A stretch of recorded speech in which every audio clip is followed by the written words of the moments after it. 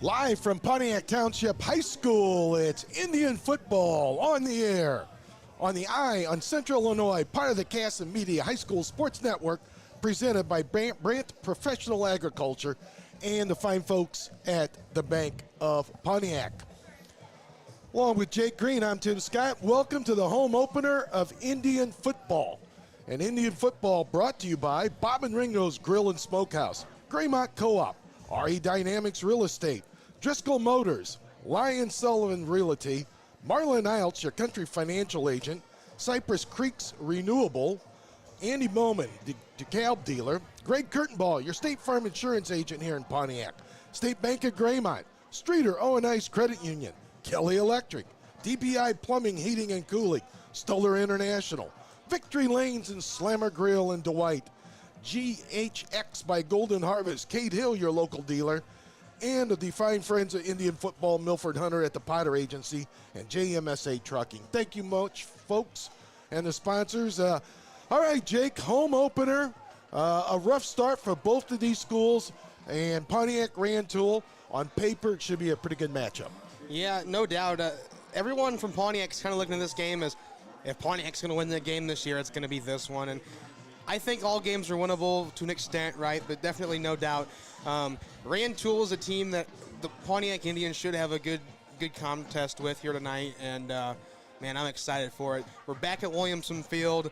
It's a beautiful night for football, and I just can't wait. Eagles and Indians tonight, it's going to be awesome. Well, I know earlier this week you got a chance to talk to the head coach, and, of course, the head coach of the Indians, Zach Gadberry. This will be his third game, first of a home opener for the young head coach, and I knew you got a chance to talk to him. Let's listen in to see what he had to say. We'll go to Coach Gadberry now. Well, I'm here with Coach Gadberry. Coach, first game here at Williamson Field. Rantoul comes in tonight. What are some three key things of the game? Yeah, absolutely. Super excited to get back home finally for the first time this year.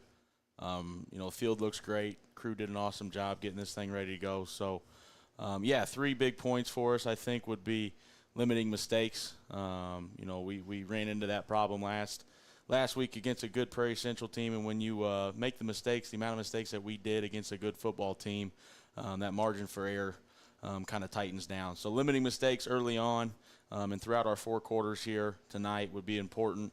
I've talked with the guys throughout the week, establishing a run game early on. That gives me confidence, gives our guys confidence, kind of gets the clock rolling a little bit. So establishing a run game, and then I think that we'll have some opportunities to attack the perimeter. They struggle with covering grass, covering areas a little bit on the outside. So just getting the ball to our playmakers outside, guys like Mason King, Kerr Ballman, to name a couple, and try and get this thing rolling early on. You've been in Pontiac here now for a little while, but only 3 weeks, really hardcore as the football coach, as the games have popped off here the last couple of weeks. And, man, what are some things that makes Pontiac special to you? Yeah, we got an awesome community, a community that's hungry for success, not only on the football field but athletics in general. It's been really, awesome to see the support that we've got, given, we struggled the last few years here. And this community's hungry, and I've been super impressed by them showing up and supporting and doing those little things for us. Just an awesome town here, awesome people, ton of potential when you talk about the football program. Our kids have done a tremendous job, buying into what we're wanting to do here moving forward. So just building off of those little things and hopefully getting in the left side of the column tonight with our first win of the season. Yeah, well, I thank you for coming up here this afternoon and getting a couple questions answered for the fans here watching on Ion Central Illinois. And hopefully later on this evening, you chalk one up in that left side, and the Indians will go to 1-2 against Rantoul. Yep, that'd be great, Jake. Appreciate you, man. Yep, thank you, guys. Back now to kickoff. All right, so those were the words of Coach Zach Gadberry, and he talked about playmakers. Last week they made a change, and they went with Alvin DeLong, and he delivered somewhat, 8 of 16, I think 93 yards. He had one interception, and the only touchdown so far to one of those playmakers in Kerr Bowman, a 19-yard strike late in the game, and that 47-6 loss at PC. Yeah, that's right. Kerr Bowman coming out this year, first time playing football. Right. He's a basketball standout, Tim, and the Indians have 12 points this season. Kerr Bowman has 12 points this season, so he's a hot target. He had a kick return at Central Catholic, had a good touchdown last week at Prairie Central. First offensive touchdown. You're right. That's he produced a special team touchdown down at St. Lam. Yeah, so like I said, Kerr's going to be a hot target. Some of them younger guys like Amazing King, like Coach mentioned, he's going to be a good target. I think Ben Melchers may get a little offensive time tonight. He's one of the younger guys. And a freshman? Yeah, that's right. Yep. And those, I think the Indians here, Tim, are ready to rock and roll. And there's always a sense in the locker room before a game on the just overall feeling, and I think this is one of those games that the Indians have more of a, man, we can go out and win this. It's more of a mentality than typical. And I think on top of that, and the fans were back at Williamson. We're finally home after 2 weeks on the road. And a great anticipated game. And we're just about a minute and 50 away. All right. Well, every day, every single day you hear about identity theft, whether it's on the radio, the newspaper, TV, or online. Now's the time to start protecting yourself with Bank of Pontiac's ID Theft Smart. It's the smart choice for safeguarding your identity. Protection, detection, restoration. ID Theft Smart at Bank of Pontiac is an easy and affordable way to obtain credit monitoring and identity restoration services that give you peace of mind. That's the Bank of Pontiac ID Theft Smart, member FDIC. We're going to go a little bit earlier, so Rantoul's going to kick off, and the clock's got to get set. They were all set up there, but still 1:19. I think they'll adjust the clock. We will get going. And deep back is on the far side. I guarantee you that's number 4, and that would be Kerr Bowman. On the near side to our side, I think that's Amazing King with the number 1 on his back. So let's see if they kick deep or they're going to pooch it. Now Rantoul's walking off, well, I think it's the kicker, talking with the coach. I guess you can still do that, just never seen that. I think that is the kickoff is going to be also the quarterback, and that's going to be DJ Davis. We'll double check that once, but Rantoul will be on the defensive side to start with. Now we're set on a cloudy, cool evening. Home opener 2023. Rantoul in the white, and as you can see, the Indians, and that is a little onside kick, needs to cover up, and it does so, and the Indians will have great field position starting at their 41. Jake, obviously you know the Indians a little bit more than most people. You're a senior here at the high school. You wear a lot of hats. One of them's the manager of the football team. That's right, Tim. I'm fortunate enough to be able to wear a lot of hats, like you said. I work with broadcasting, basketball and football, different PA announcing, and involved is an understatement. All right, sounds great. We're set to go. DeLong is your quarterback, got a shotgun. That's King in motion. Make that Kerr Bowman in motion. And that is Riley with the football. And he picks up a big chunk of yard. In fact, that'll be a run of close to 19. It'll be a first down inside Eagle territory down near the 40. Nicely done opening up that hole on the left side. That's right, and that was one of the key plays that Coach Gadsbury said yesterday in film is we're starting with this one, boys, be ready for it. And they did. I think the run game tonight is going to be very strong. I think that's kind of the game plan. I think if they need to go through the air, they will, but they want to keep it on the ground as much as they can tonight. Well, back-to-back carries by Riley Johnson. This time didn't get a first down out of it, but still a good chunk of real estate on a first down run.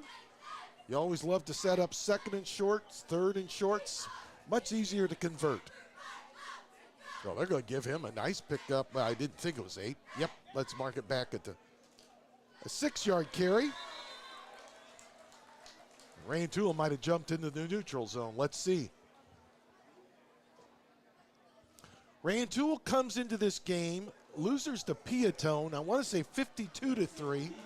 Losers to Central Catholic last week, 56-0. And unfortunately, we know the Indians scores down at Central Catholic in the opener and then lost to PC 47-6. So neither one of these teams have had close losses in the first 2 weeks. Again, Riley up the middle, Riley Johnson. And this time the Eagles stiffen a little bit. And I don't think he got the first down. It's going to be close. Carried by Riley Johnson. Time trying to go off that right guard tackle spot there, Jake. Yeah, that's right. They tried it a couple times left. Now they're going to try it a couple times right. And I think Rantoul may catch on a little bit that they're going to try and run the same run there a couple times. But I think that I really do. I think the sophomore Alvin DeLong, I think he's going to step up great. And like you said, last week he was 8 of 16, I think you said. Yep. He's a young quarterback, but I think he's going to be great. That's Bowman, but he can't get around the edge. Great tackle, open field tackle right there by number 24 and Seals. Preston Seals comes up. And did he get enough for the first? Didn't have to get much, less than a yard. I personally didn't think he got it, but I'm going to be wrong, and that's great. That means an Indian first down. You don't see many of those these days, Tim. The first downs have been few and far between. No doubt about it. It's good to definitely see some offensive, offensive mojo here for the Indians. As like we were talking about, the offensive plays and sequences here for the Indians have been far and few between. It's a lot more on defense, but that's a dump off in the flat. That's going to go for great yardage. Turning the corner, Hunter Melvin knocked out of bounds inside the 10. First and goal. So a little fake, throws the linebackers, and that time Melvin wide open in the flat. And he's not a speedster, but he got around the corner. That's right. He broke a couple tackles there, and hey, we're within 10 now of the goal line, and that was a great play there, Tim. So first and goal. And they got some personnel. Melvin's coming out. That's Melcher, number 32, if I see that. He's popped into that. Is he going to go in the backfield? We'll see here. Riley Johnson is a single back. I think he'll go slot way it looks. Where's the clock? We got 6 seconds to get this snap off. Make that 4. They might have to burn a timeout. They better hurry. And they're going to have to burn a timeout? Or did they get one? Yep, they did. We'll keep it right here. First and goal inside the 10. Opening drive for the Indians. For over 70 years, Brand has been helping growers achieve better results. We bring the very best seed, crop production, and nutrient solutions to the farm. Through research, innovation, we help Central Illinois growers implement new practices that improve crop yield and quality. Brand, professional agriculture. Visit brand.co for more info. Tim, I tell you what, a great thing about broadcasting and everything in general, really, is when you have marketing partners and sponsors, relationships between those are second to none. I'm fortunate enough to drive a stock car at Fairbury. I have marketing partners myself. I have sponsors that believe in me enough to write me a check at the beginning of the year, and those relationships are second to none, and we can't do it without people helping us. Absolutely. Kent Caston's done a wonderful job in creating this tool, so we can bring this football and basketball season home to you on Central Illinois, the Facebook site. First and goal, up the middle, Johnson pounding close to the 5 before he's brought down. Riley Johnson on the carry. The big number 18 on his back. I don't know, Johnson might have picked up 2, maybe 3. Eagle defense stiffening here, not as much room to maneuver. You got to execute with the blocking up front, this offensive line, which has had its issues the first 2 weeks trying to get and punch this football in on the first drive of the game. Dump out in the flat, caught, Bowman, he's going to walk in. Touchdown, Pontiac. Kerr Bowman on a 6-yard catch and run. There it is, Tim. Kerr Bowman, all season long thus far. He's been the Indians' #1 target, and he does it again there. Not only a basketball standout, he's here on the gridiron and getting it done as well. That's awesome to see, as that was an absolutely great look to Kerr and wide open there, Tim. 60-yard drive, first of the game, the opening kickoff. Let's see the Indians, bad snap, and they're going to have to scramble, and it's not even going to get off. So the Indians will have to settle for 6 at 9:44, first quarter. Pontiac 6 and Rantoul nothing. Let the good times roll at Victory Lanes in Dwight. They provide complete family entertainment close to home. Located on Highway 17 and 47, Victory Lanes is a great place for a simply family night out of bowling or a great spot for a celebration. Let me tell you, folks, we've been up there and seen that gorgeous facility, great food. Reach out for information on our leagues and pricing. While you're there, check out Slammer's Grill. Love that grill. 815-584-2724. Visit Victory Lanes on Route 17 right there on the east side in Dwight. Scotty Banks, thank you, sir, for helping out for Indian football and basketball. Well, it's the first test for a defense that has been stretched and stressed out in the last 2 weeks. That's no doubt, Tim. Let's see how it responds. Zach Legner set to kick it away, and I'll tell you what, Legs has become a decent kicker here, Tim. Ball bobbled a little bit, scrambled, picked up, and Rantoul will go to business on their own 31.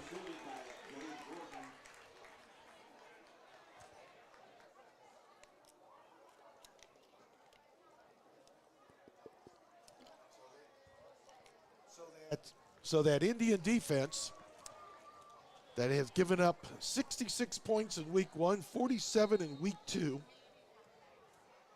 And unfortunately, they were pinned deep in their own territory the majority of the first halves of both games. Let's see how they respond here against a Rantoul team that has struggled to put points up on the board as well.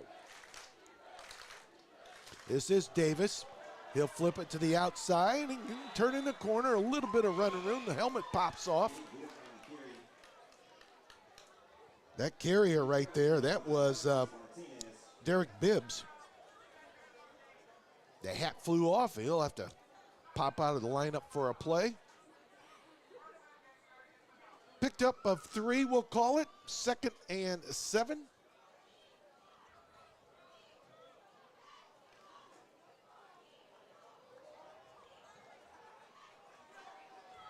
Davis runs out. I think everybody in the world runs out of a shotgun anymore. Single back. Davis is going to throw it. Looking, heaving, and incomplete. Pretty good coverage right there. Might have been. Yeah, that's not Kerr Bowman. It's the number 14, and that's Martinez. Marcus Martinez, one of those corner spots, Jake. Yeah, Marcus is one of those kids, Tim, that there's about 3 or 4 that have stayed all 4 years. COVID year, that first year for them, kind of a rough time for football. We played 6 games. Right. Didn't look promising. New coach came in. The trials and tribulations of that. Now they're still here, and he's one of those kids that have stuck around and has believed in the process. So this will set up 3rd and long. Dumped in the flat, caught this time, and that's going to be enough for the first down. Coming up with the catch, Gabe Gordon. Check that. That's going to be Wilson, I do believe.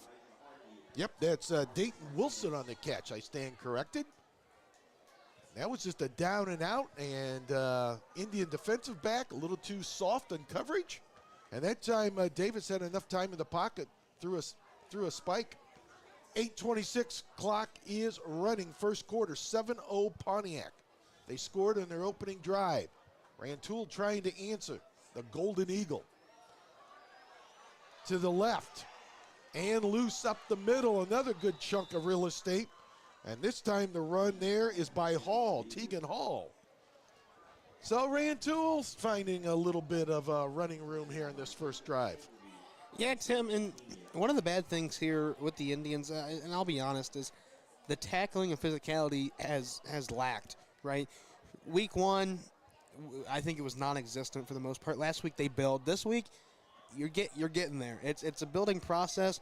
You saw a better tackle form there. Not quite enough. He broke the first, but they're ready to go again here. Well, 2nd and short, 2nd and 1, in fact. They're going to go throw. They got a freebie to give. Davis flushed, throwing it, heaving it. Ooh, could have been caught. Maybe a little bit high. The intended receiver right there was Seals, Preston Seals again. But on a 2nd and 1, love the play call. You got a down to give, don't you? Right. You might as well try something out. And really, for the Rantoul, if you look at it, at least from my advantage point and knowing who Jacob is, Jacob Fogarty, number 24 for the Indians, he's a senior. And then the Seals for Rantoul, the mismatch there is pretty good. Seals has some room on Fogarty to be able to catch a little better, but Fogarty still has some good coverage there for Pontiac. Well, this time Davis is just going to run it, and he will get the first down, turns the corner. Let's see who comes up with the stop right there. Among others for the Indians, that was Pena. Yeah, I think Marcus Martinez and Yep. Santi Pena Yep, in there. Sante, yep. But not before. It's pretty tough to come up with a stop on 3rd and 1, so they'll mark it at the Indian 42. Make that the Indian 43. 1st and 10. You talked about those seniors, and we'll get into it, but for anybody that's stuck it out through a segment of when your program's gone 5 and 30 now over the past 4 years, plus the first 2 games of this year, that's a testament to those kids, no doubt about it. In the flat, perfectly thrown, loose on the far sidelines and tracked down from behind, but not before picking up about 17 on the play. Rantoul is in business. Bowman with the tackle, and I think number 81 came into play again, and that's Wilson with the catch. Davis delivered that right on the numbers. Well-designed play. Yeah, Rantoul showing some good strides here with their offense. A couple small bites, but they're just working it down the field as they're now into Indian territory, like you mentioned. Indian at the moment looks like a 4-down lineman set there in that defensive line. Another hole right up the middle, and taking advantage of it, picking up at least 7 or 8, they'll call it, is Gordon, Gabe Gordon. Boy, the Indians just have a tough time stopping the run. Yeah, And if you're not big and strong up front, and those 4 linemen, and not to pick on the kids, it's a process. And unfortunately, it's a slow process with this. And Rantoul is putting a hurt to the Indians right now. They're going to give him a gain of 7 officially. Davis looking it over. Lob down the middle. Oh, I think he caught it. Sure did. 1st and goal. Gorgeous catch in traffic. The catch is made in the play by Preston Seals. Seals comes up with a catch. Boy, that was into double coverage. Yeah, that was a great catch by Seals. Davis found him there, and I believe Jacob Fogarty and maybe Marcus Martinez, I think, Tim, Yep. were right there to stop it before it could get in the end zone. And at least the Indians are getting some stops. That's a good, promising look, Tim. Boy, those kids were draped all over Seals. 1st and goal. Looks like a give up the middle and in for the touchdown. I think that was the first back was Seals. Let's see. But the Rantoul Eagles have tied it up. Yep, Seals is the ball carrier.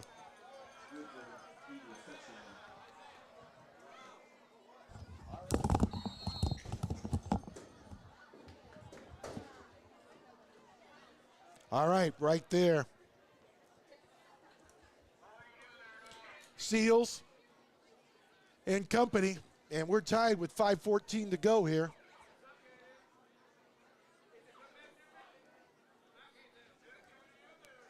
I see the golf team is back in town. I see a couple of golfers. We've got the student body section. We'll get to that golf team in a moment. Rantoul's going to burn a timeout. Speaking of the Pontiac Township, well, we got one of the fall sports teams is the golf team. And the golfers today played over at Metamora. And I thought, and this is a very young and inexperienced golf team here, Jake, but we get a minute here. Zach Mashing shot an 88 over there. This is for 18 holes, and of course they've never played on a tough Metamora golf course.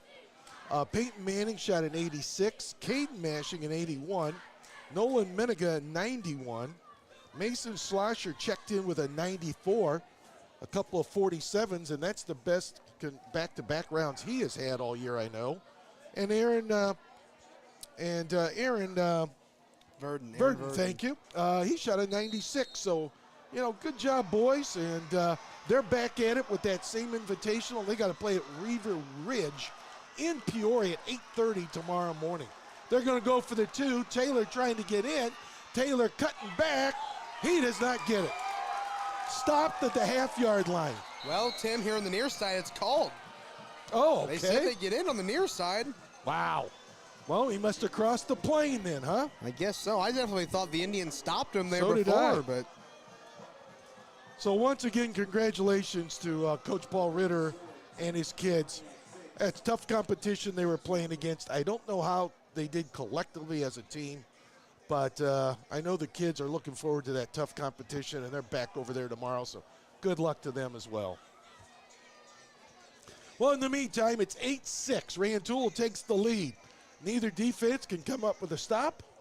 Both teams pretty productive on their opening drives. yeah, that's right, Tim. And I like to see that. I don't like to see a blowout regardless of who the team is. You know, if the Indians do happen to fall on the losing side of this, I would just like to see a close game, a good game. And Now I'm going to go on record. Close, lousy, whatever. I need an Indian win. that's right. That's right. There's no losses here. For everyone's sanity, including my own, I need an Indian win here tonight. All right, let's see how the Indians respond. Bowman's trying to track it down. He picks it up at his own 6. He's got to use some wheels, trying to get around the corner. And he's tripped up. Pretty good return on a deep ball. Indians to start their own 27. Yeah, that's right. Kerr Bowman, I think he did some time in, I want to say track, Tim. And so he gained some speed there and just doing some training, like we said, with basketball. He has a lot of speed. No doubt. No doubt. Man, just watching him run, especially that one, we go back to the kickoff return at Central Catholic a couple of weeks ago, and it was just like a movie. Man, he ran right down the sideline just with a perfect stride, and definitely has some good athletic performance. All right, the snap, and once again, that's Riley Johnson. He's loose right up the middle and picks up our first down. Clean hole there in that left guard tackle spot. Riley's a big kid and maybe not a speedster, but he certainly is built well and's got a little burst right there, Jake. And nice job, nice pickup of about 13, 14 yards. They'll mark it at the 42. Yeah, the Indians now set back up with a first down, and that sophomore quarterback, it's ready to go with Alvin DeLong. Now this time back in there, they're going to give it. And another big hole, and that might be Hunter Wilson on the carry. Sure is, number 23. Tell you what. His first carry. Go ahead. Yeah, that's right. I believe, I don't know if he played any JFL, Tim, but Hunter Wilson, prior to these last couple of years, did not play high school football. He's just, he's an athletic kid, and when you have kind of a physical built body, you kind of get into football pretty easily. And Wilson's been very physical and one of those, not number one on the depth chart, but he's right there and a good resource for the Indians. Speaking of which, Wilson's loose again. He'll pick up that first down. He picked up 9 the last carry and certainly made up and got over and right into Eagle territory. You talk about him. He's 5'10", is Hunter Wilson. He's a senior, 170-pounder, put together pretty well from what you can tell up here. So the Indians, back-to-back first downs here in their second possession. 3:57 late in the first quarter. They're down by 2, 8-6. Bowman in motion. They'll keep it on the ground. This time Johnson. Riley Johnson still on his feet and battling close to another first down.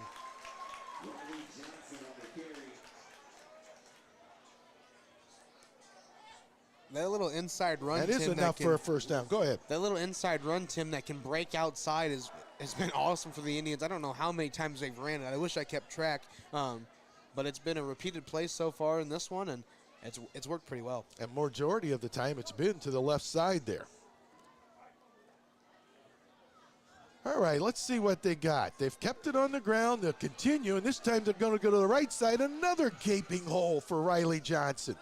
And he is close to another first down. So if it's not Johnson, it's Wilson. If it's not Wilson, it's back to Johnson.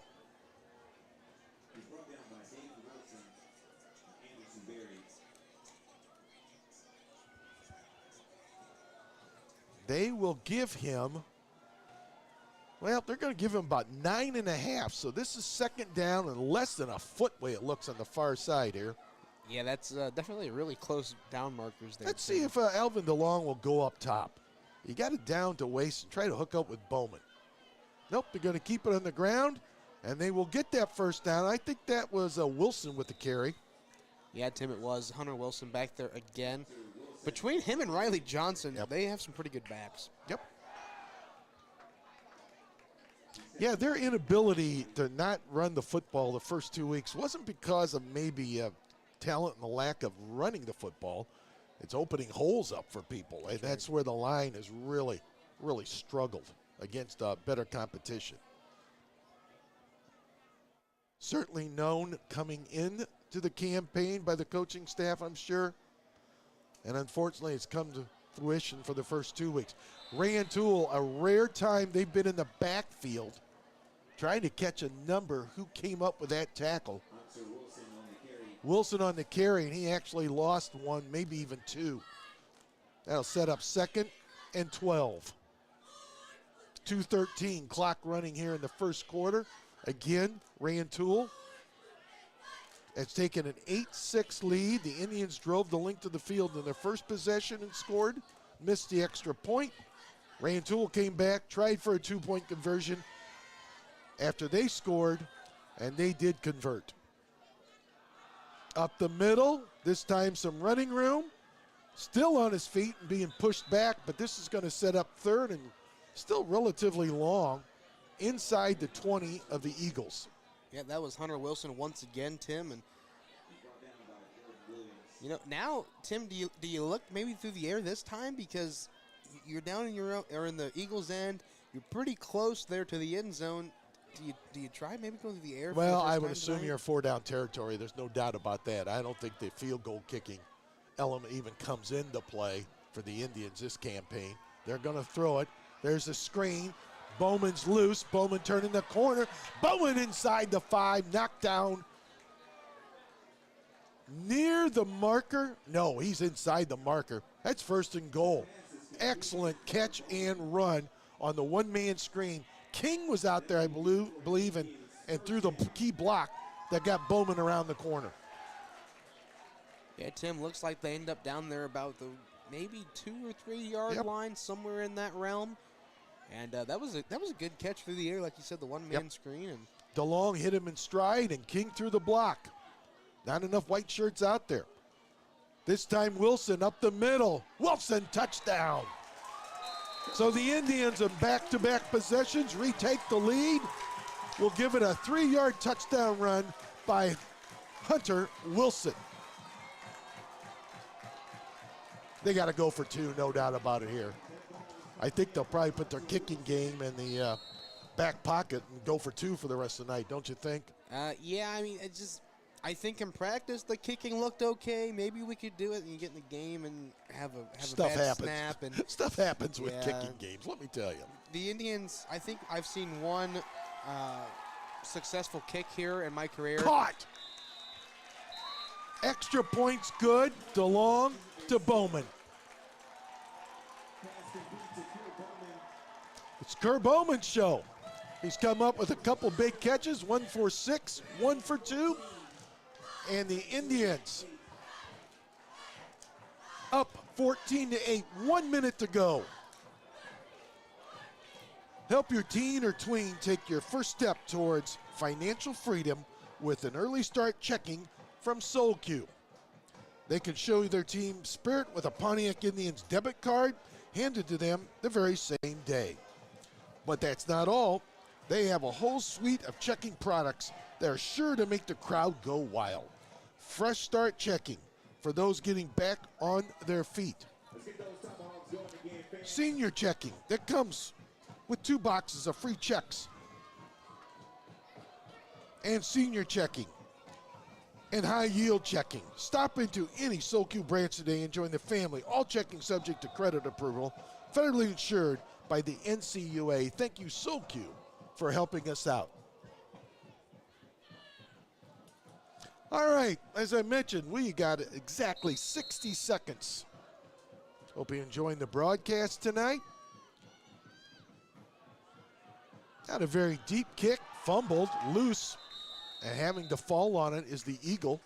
So there'll be no return. They'll mark it at the Eagle 32.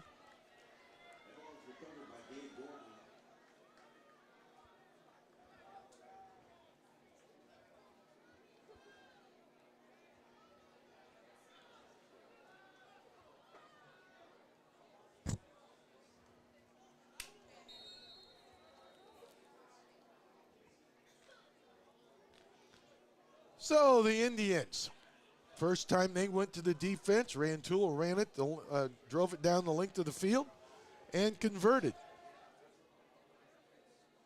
Davis and company, this time they're going to run it. And again, some good running room. The ball is carried by Gabe Gordon. That was Gordon on the carry. Tackled by Riley Johnson. Johnson comes up with it, but not before an 8-yard pickup. And they should be able to get one more play off. I'm going to say the high school, well, you got to snap the ball. You got 25 seconds to snap it, I believe, in high school football. So with 20 seconds, clock running, they will get one more play off, at least one. Davis wants to throw it, chucks it, throws it behind the intended receiver. So that's incomplete. We'll stop it with 12 seconds, third and short. Jake? Yeah, that's right, Tim. Just that close. They were to a first down. The Eagles still a good amount away. They're still in their own territory here with just 12 seconds to go. But, not halftime, so they're not going to lose the possession. But, yeah, 12 seconds to go here before we get a break. And the Eagles are starting to look through the air, and the Eagles are starting to look to fly.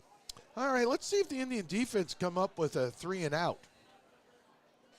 I would think the Rantoul Eagles, well, it depends what they do in this third down play.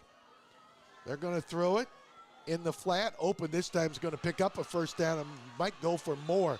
Pushed out of bounds on the far side. That might be King over there if I can see that number. And with 5 seconds to go, Amazing King did come up with a stop, but boy, they have been open in the flat. The Indians got to come up and cover that a lot better there. Yeah, that's right. Preston Seals has been a great target here for the Eagles, and I think you're going to look to see that the rest of this competition, as I think he's one of their number 1 targets, Tim. Athletic, got some wheels, and got pretty good hands for what we've seen here in the first quarter. Right now, we got an old-fashioned shootout going.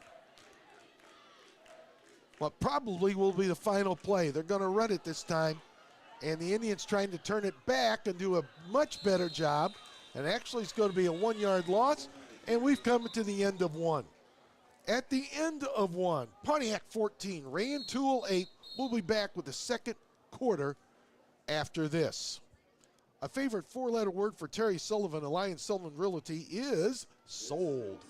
Your real estate professionals serve all of Livingston and surrounding counties. Visit Lyons Sullivan Realty at 321 West Madison Street in Pontiac. Call the office, 842-1400, or log on LyonsSullivanRealty.com.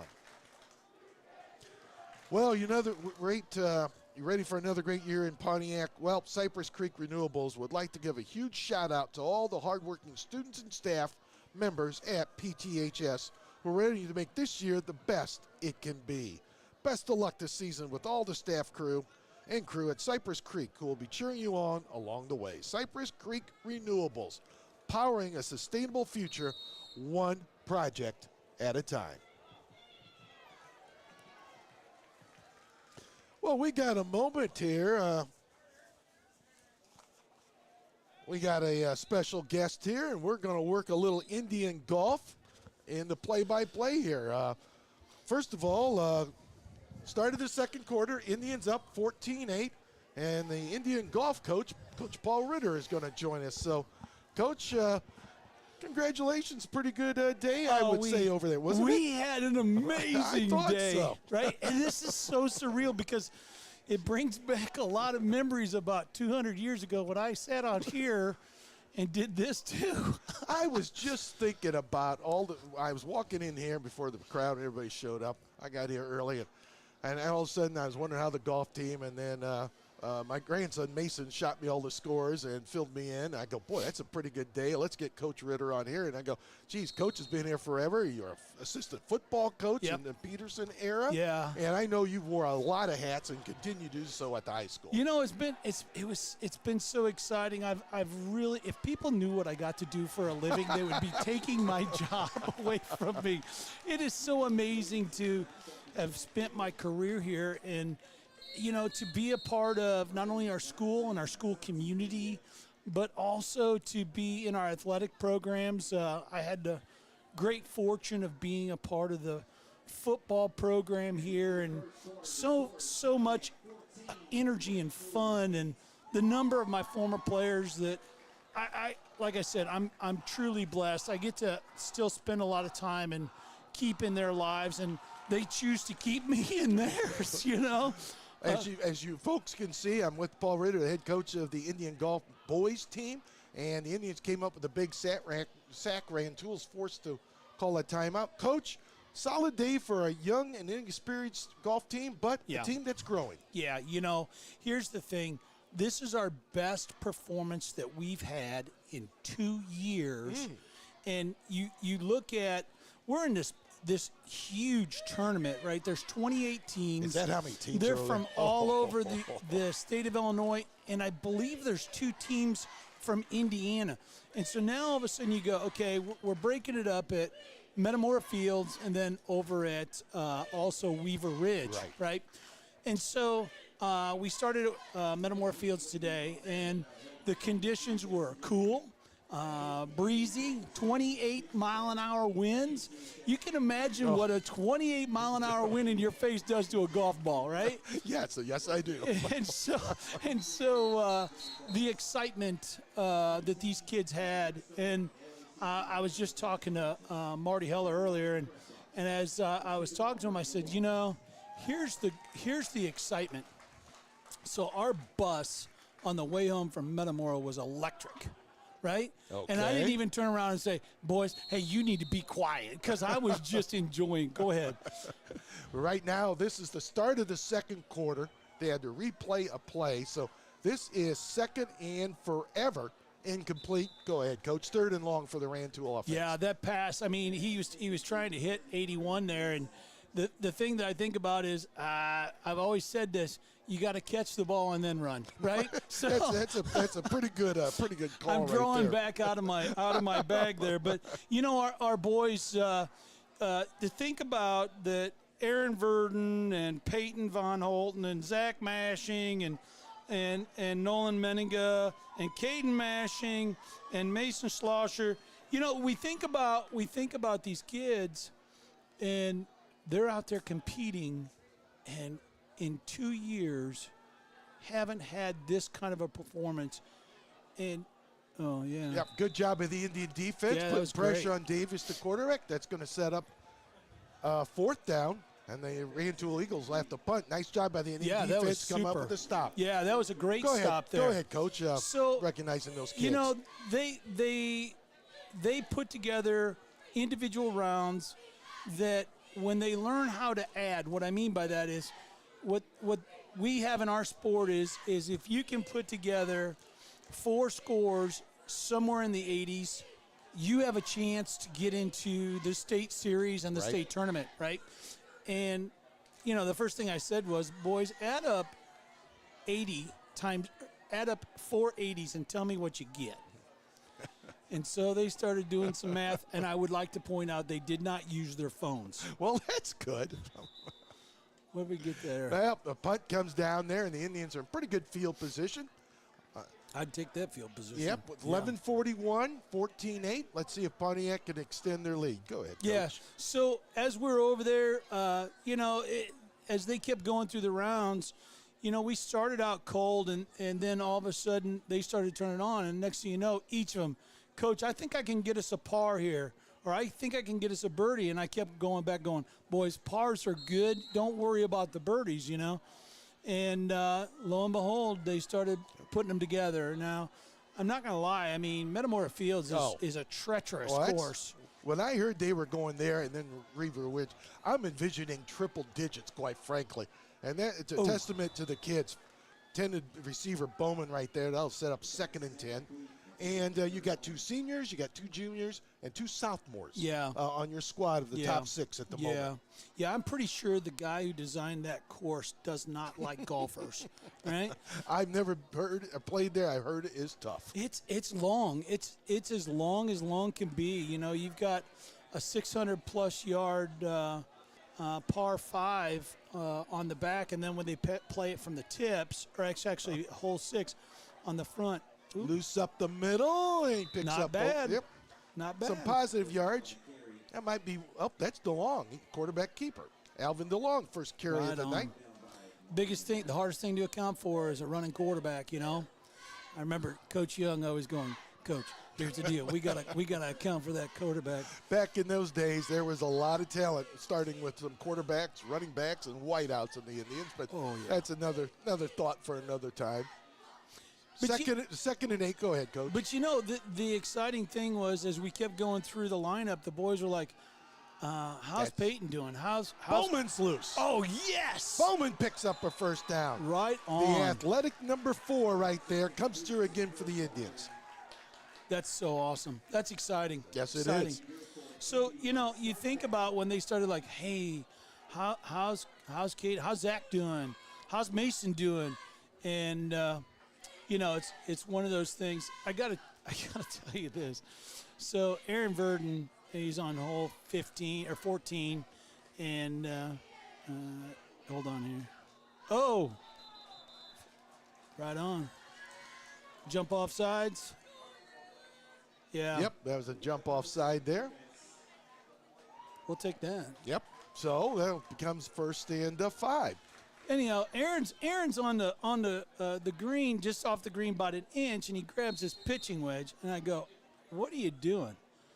He goes, "I'm going to hit it with my pitching wedge." He goes, "What would you use?" I said, "Well, I wouldn't use that." I said, and so he does it anyway. And I'm thinking to myself, okay, here we go. This is Riley Johnson, and he's going to lose a couple. That'll set up second and about 6. Go ahead. So it hits the green, and it's going pretty good, and it scoots off about 2 feet. And so I said, well, you might as well keep that club now. And so he comes over. He goes, "Coach, I don't know if you know this, but this has been my best club all day." I said, "Well, you better hold that thing out." And so what's he do? He hits it, holds it out. I go, "You know what? I'm so sorry. Let me give you a hug." All right. Johnson up the middle. First down. And literally falls across the 40, which does pick it up, as you just heard by Coach Ritter. 9:45, second quarter. The Indians up 14-8, driving for the third possession and hopefully a third score in this first half. You know, I'm so impressed with Coach Cadbury and his crew and the hard work and energy they're putting in. You know, I get to be on the inside, right? And so you see it, and I'm just so. Oh, there you go again. Well, I think Rantoul just jumped. Sure did. They sure did. Another 5-yard walk-off. We'll take them.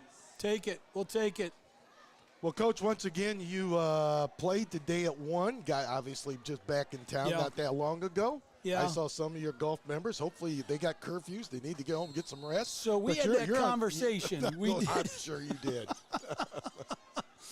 But you got to be on the road probably at 6 o'clock or so. So we're tomorrow. leaving here at 6, Oh, wow. right? Because we tee off at 8:30, and that's the craziness of our sport, right? So absolutely. you start early, and sometimes it's a 5-6 hour round, and you go, gosh, I don't know how much more they can give. And tomorrow's course they might as well be mountain goats. I mean, just it's up and down, left and right.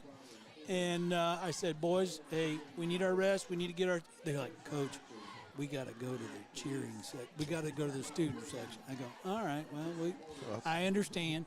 But I also will tell you that my entire squad, every one of them, we have 18 of them, and we have the best kids in the world. I can tell you, and it doesn't matter what sport we're talking about. We have the best kids in the world. We also have the best parents to back them up, because I'll tell you, without everybody, we couldn't do this job. I know. I see a lot of them out there. Absolutely. Home matches and all that. The parents really do step it up. No we doubt have about the it. biggest gallery. I have never seen a bigger gallery. Well, that's good. That is good. All right, the Indians first and goal. Before we let you go here, I want to recognize those 6 kids once again. You get a chance. We don't get a whole lot of chances to. There's other sports other than the football, and obviously one of those fall sports. Catch it. Burlum is open. That might be first and goal. 29-yard pass and catch, Kerr Bowman. He's wearing out the Eagle defense. That'll be marked right at the 10. Oh, I think that's close. Yep, right at the 10. That should be first and goal. 9:09, Indians up by 6 driving. Midway through the second. So we get a moment. Let's run this play first, and then we'll get those kids and go over your schedule as well. You're in the midst of a 2-week run here where you're playing a lot of golf, I know. Yeah, it's pretty intense. I don't think people. Yeah, your season's not 3 months long, but man, it's about 4 weeks of going to school and golfing and getting some sleep. That's about it. Yeah, when you think about the fact that we've had 4 matches or tournaments this week. This is a give inside. This That's is a Hunter. touchdown. Hunter Yes! Melvin. Yes, number 23. And the confetti flies. Yeah. So the Indians, the third drive of the game, another touchdown. Hunter Wilson, once again, his second score of the night. Thanks, Jake Green. Jake Green's awesome. I don't know. So, yeah. Yeah, let's go with your 2 seniors here So we got Zach Mashing and Aaron Verdon. and your juniors. And so we've got Mason Schlosser, and then we have Peyton Von Holten, and then Nolan Meninga, and then we have Caden Mashing, Yep. right? And so Among others. Yeah, I know, yeah, I we don't got mean so to many shortchange kids. the other kids. no, but and the same time you got to go. Okay, so we're on 4 this week. We got 5 next week. We're on the road on Thursday, Friday, Saturday next week, and then following that we have Tuesday. We're on the road with the conference tournament, and then we have our Indian Scramble, which the greatest thing ever designed in the human race. I mean, just kind of it's that time where we can come together as a team, and I'm pretty sure Coach Don DeLuga was the one who brought that thing. We were the only sanctioned scramble in IHSA for so many years, and now others are, of course, modeling after it. But when Coach DeLuga put that in, they put it right at the right place. It's to go into the state tournament and in the series and be prepared, right? That energy. Right. And so we got the Indian Scramble, and then our last of that week, we have 2 more days. We have Friday, Saturday at the Pekin tournament. And regionals here at the Oaks, is it not? Am I right or am I wrong? Yeah, we. Return up Come the middle. on. We need to cut him down. All right, we got him. And we finally corral him. Let's go check that out. Good open field tackle right there. Tammon came up with a hit from behind. Oh, right on. 8:43, Indians up 20-8 here in the second quarter. Yeah, Well, Coach, and then we stop with our U-High tournament. Right. So, our schedule is set up to where we play courses that we think we could play in the state tournament. Right. And thankfully, the IHSA looked favorably upon us and said, all right, you guys get your home court advantage. that's Yeah, huge. good that stuff. time. Yeah, absolutely. Rantoul trying to get back into this one, down by 2 scores. Davis is your quarterback. They're going to throw it this time into the flat. Caught. Come on. Need an open field Yes. tackle. That might have been. That's Melcher, the freshman that comes up with the. So, didn't it look like 24 was losing his foot, and then all of a sudden he starts turning it up, and is it Melcher's came Melcher. up, and that was a great play. Well, Coach, thanks for swinging by. We can't say certainly thank you enough. enjoyed it. I can't. Good to see you. Thank you for the covers. Thank you for what you do for our kids, and you've done it for, I won't say so many years because that would Been a age long us time. both. wouldn't it? I'm sure Mark Meyer echoes the same thing. And he's seen your team as well in action a couple times this year already. So I'm sure we'll be back out to catch your home matches once again. So, and good luck tomorrow. It's a tough group, tough course. Hopefully kids can come up and show some resolve and have some another solid score or two. We got a flag on the play. Flag, yeah. Blackwell with the tackle. That looks like holding. Yep, that spot there it sure is. is. There's a good call, Yep. Coach. Flag over there on the far side. All right, sir. Best Hey, of luck. Thanks for everything you All guys right. do. We Absolutely. appreciate you. All right, Paul Ritter, the head coach of the Pontiac Township High School Indians golf team, boys golf team. And they had a great day today in Metamora. Let's hope more of the same at Reaver Ridge in Peoria. And folks, If you've never played that course, and I've heard horror stories about it. It is tough. Let's hope the boys can respond. All right, speaking of, Jake Green back in there in the booth here, and let's see if the Indian defense can come up with a stop. Oh, almost intercepted. The good news is for Rantoul, that pass was so high, Bowman couldn't come up with a pick or he was gone. Oh, yeah. I mean, if Kerr Bowman would have been able to get that, definitely going in for an Indian score. Man, it was great to see Mr. Ritter back in here and talking. I was fortunate enough to have him as a teacher there for a year. And well, that's good. Man, he brings so much energy and positivity, and he does a lot of great things for the Pontiac Township High School. And I'm glad he could get in and show some love to our golf boys who. Yep.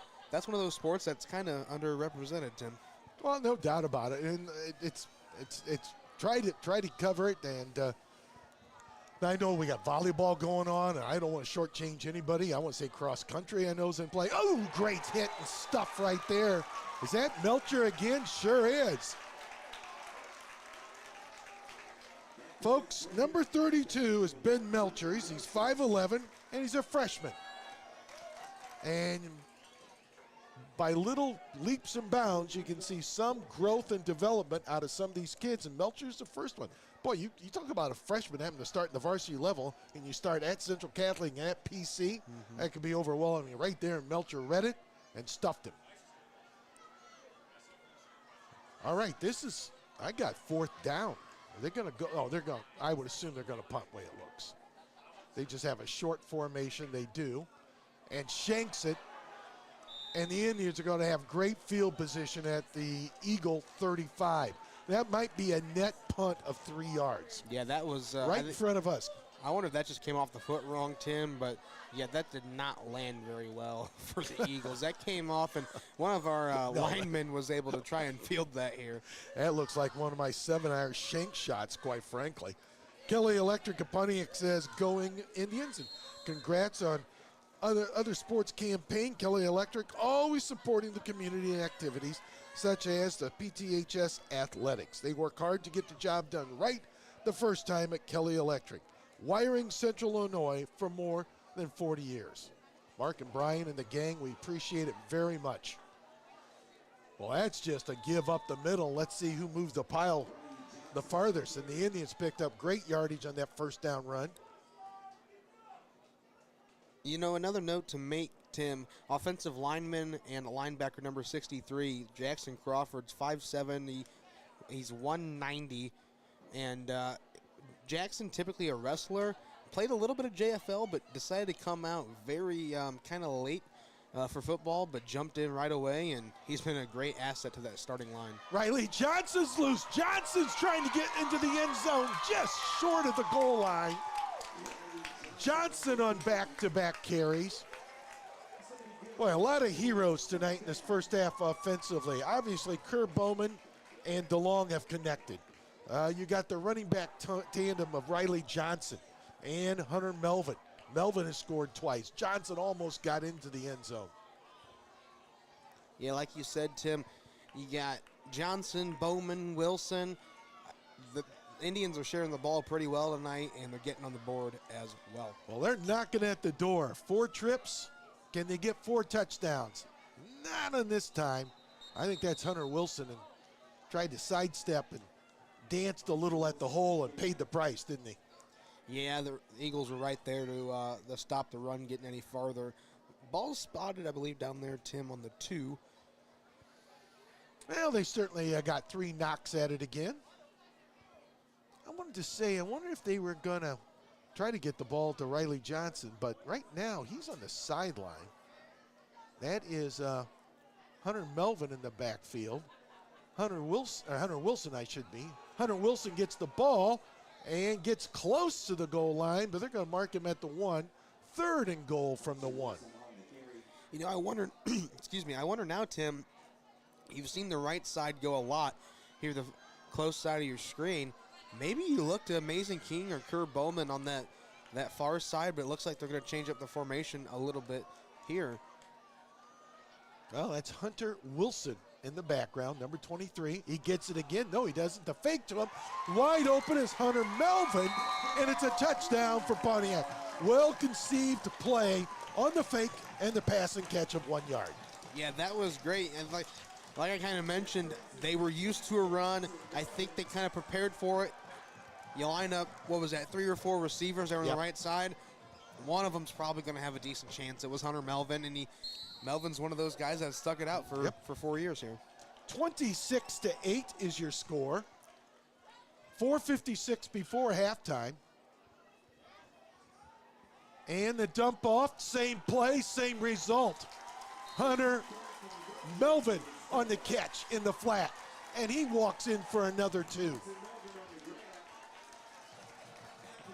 28-8, a 20-point lead late in the second quarter. 4:56 to go.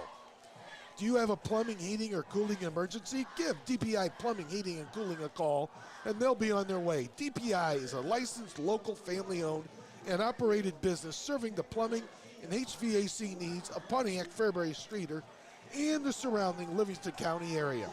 Their highly trained and certified technicians have the expertise necessary to help you. DPI is available 24 hours a day, every day of the year, 419-2048, or visit DPA Plumbing, Heating, and Cooling on Ladd Street right here in Pontiac.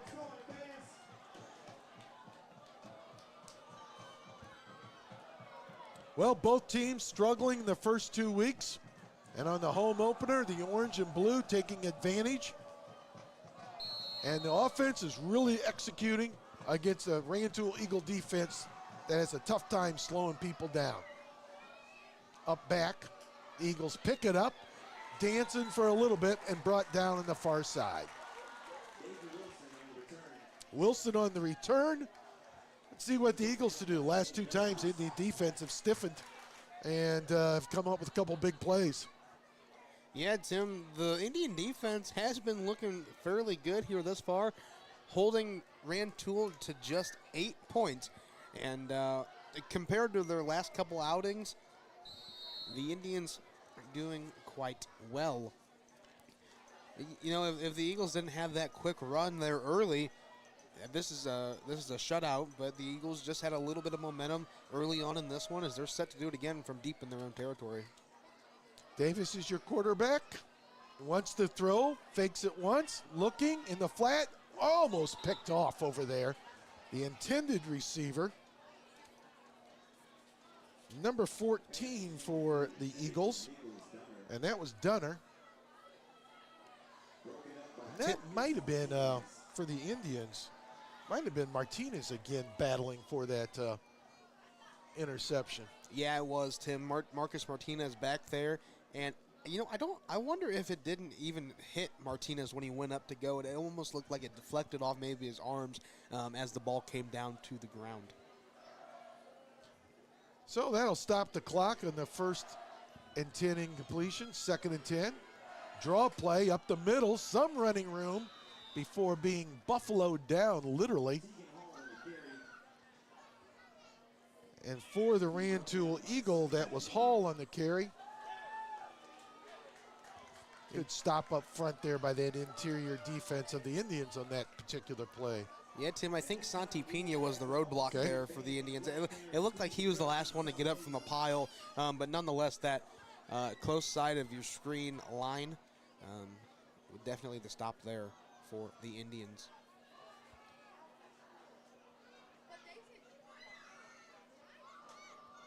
So a 3rd down play, and let's see if the Indians under duress. Oh, that should have been completed. Davis did a great job of escaping initial pressure, sidearmed that ball right into the chest of Seals, and Seals just dropped it. Yeah, Preston Seals has been pretty great here this evening, and just right in the numbers and wasn't able to come up with it. 3:59 before halftime. Well, you would think the Eagle would have to punt. They don't want to give up the ball deep in their own end. Now, remember the last time, the punt went a whole 3 yards. They're looking for a little better execution this time. We got a flag. That's going to be a false start. That's going to be against the Eagles, so they'll push it back 5.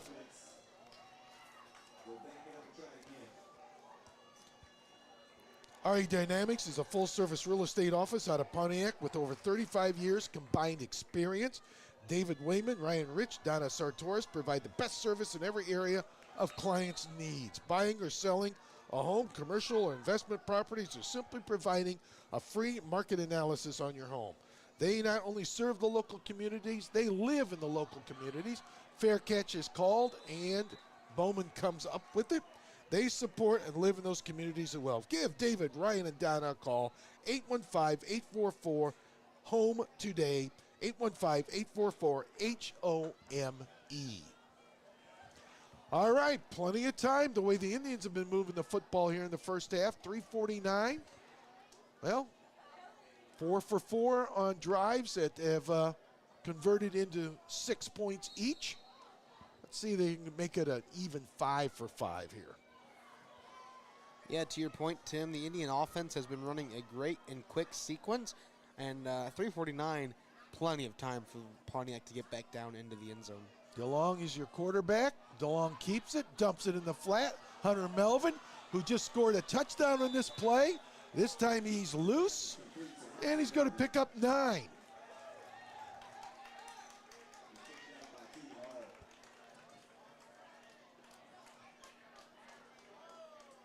So set up second and short. And the clock stops when Melvin got bumped out of bounds.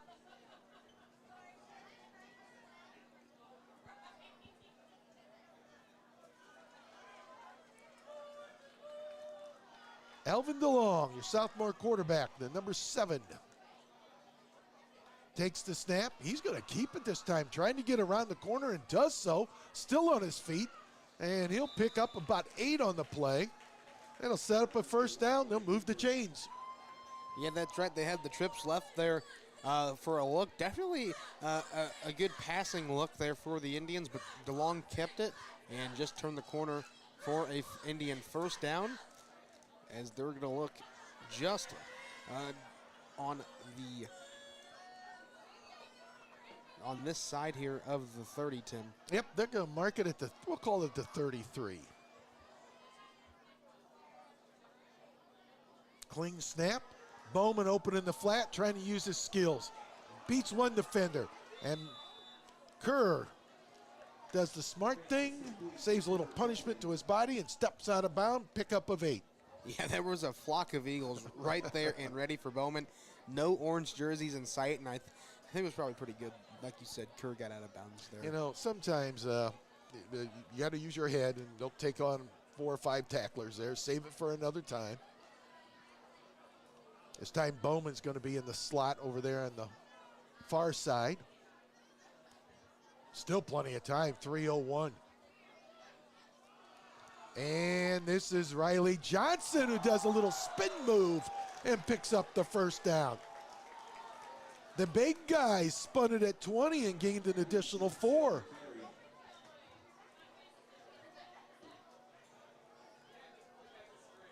You know, I mentioned earlier, and I want to apologize, I looked up there, and you have 35 seconds to snap the football. I said 25 earlier.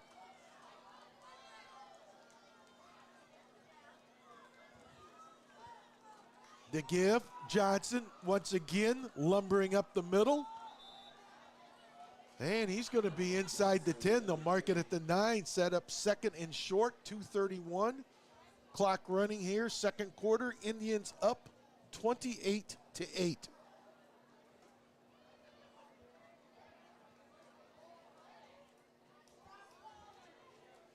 They're awaiting the play call coming in from Zach Jarks here on the Indian sideline.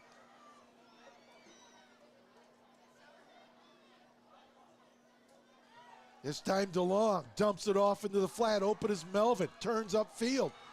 And that should be enough for a first down. That should have set up first and goal. Hunter Melvin on the catch. Number 34.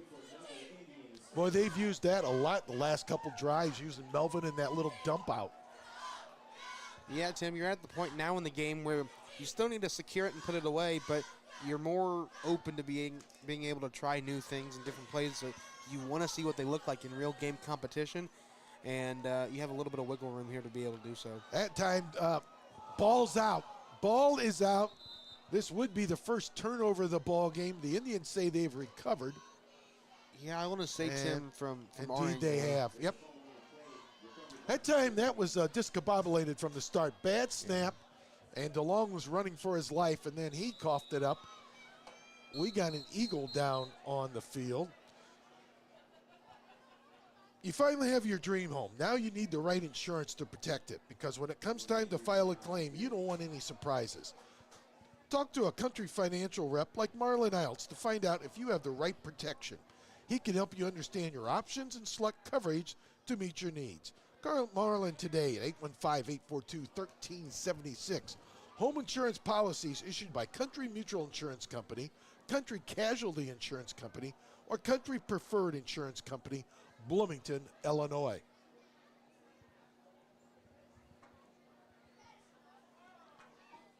I don't know if, well, we still got a young man down. That's a Rantoul Eagle down on the far side. I want to say that might be number 58 if I saw the number right. That would be Houston Henderson. Walking off on his own power, and that's good news. Fall is always an exciting time of the year with high school football, band competitions, and homecomings. See Driscoll's in Pontiac for a dependable vehicle to get you to all these activities and more. Find plenty of autumn deals at your Did It, Done It, and Still Dealing dealer, Driscoll's, out there on South Newport Road on the west side of Pontiac. All right, we have second and goal after the stoppage of play. 58 seconds, clock running. Up the middle, nowhere to go. Man, Rantoul was right there. Wilson was right into a brick wall there, Tim. I believe the Indians have 2 timeouts left. And they're going to burn one right here. Well, will they do that? GHX is the new straight-up seed buying experience. You get a mass script recommendation for the right hybrid at the right population for maximum yield at one flat per acre price without all the hassle of programs and deadlines that get in the way of straight-up transparent experience. Contact GHX specialist Cade Hill, 217-417-3283 for a straight-up and transparent seed buying experience in 2024.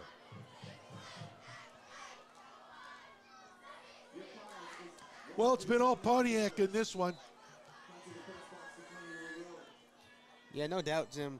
Rantoul, first couple possessions, they scored on their first possession. But since the Indians have shut them down, they're trying to knock it in here on a third down play. Go ahead.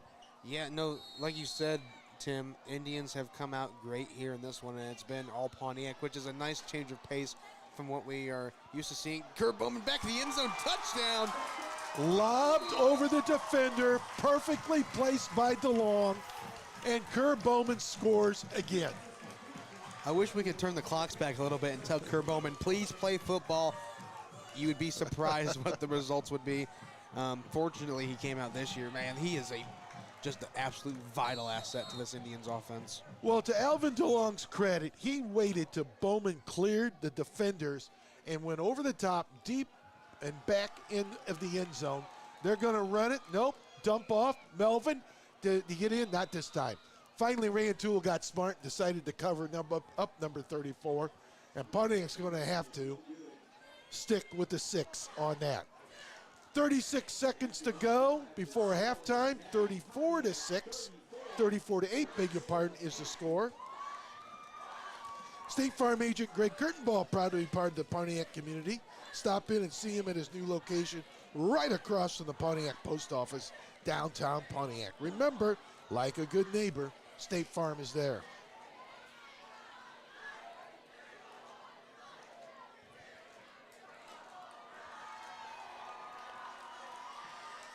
You know what's great about this, Tim, is the student section is full. There's a good amount of people here at Williamson Field. The Indians have a great lead. The atmosphere and energy is up, and that's one of the best things I love seeing.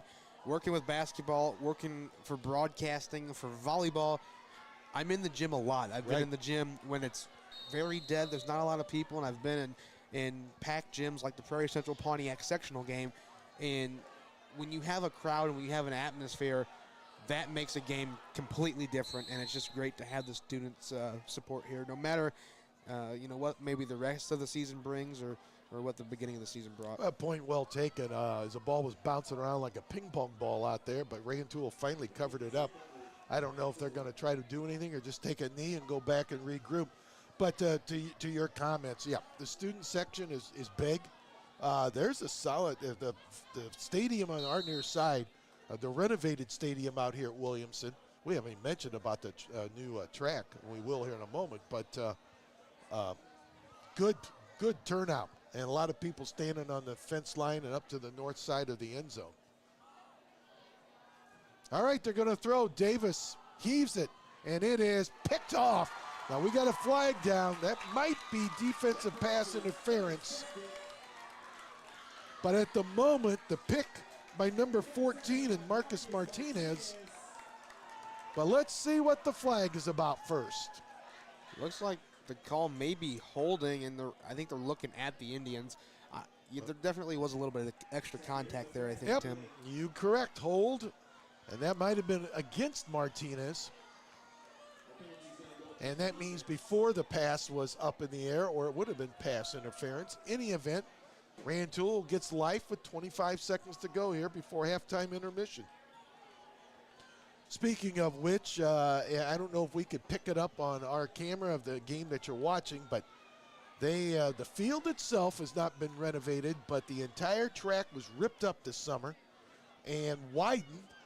And it's not totally done yet, but based upon the way it looked about a month ago, you didn't think they would ever play a football game in here, but they certainly did a great job in the final weeks, and it looks very nice, and it's operational to the point where at least we can play a football game, and they got final touches to do yet this fall, but it'll be ready to go.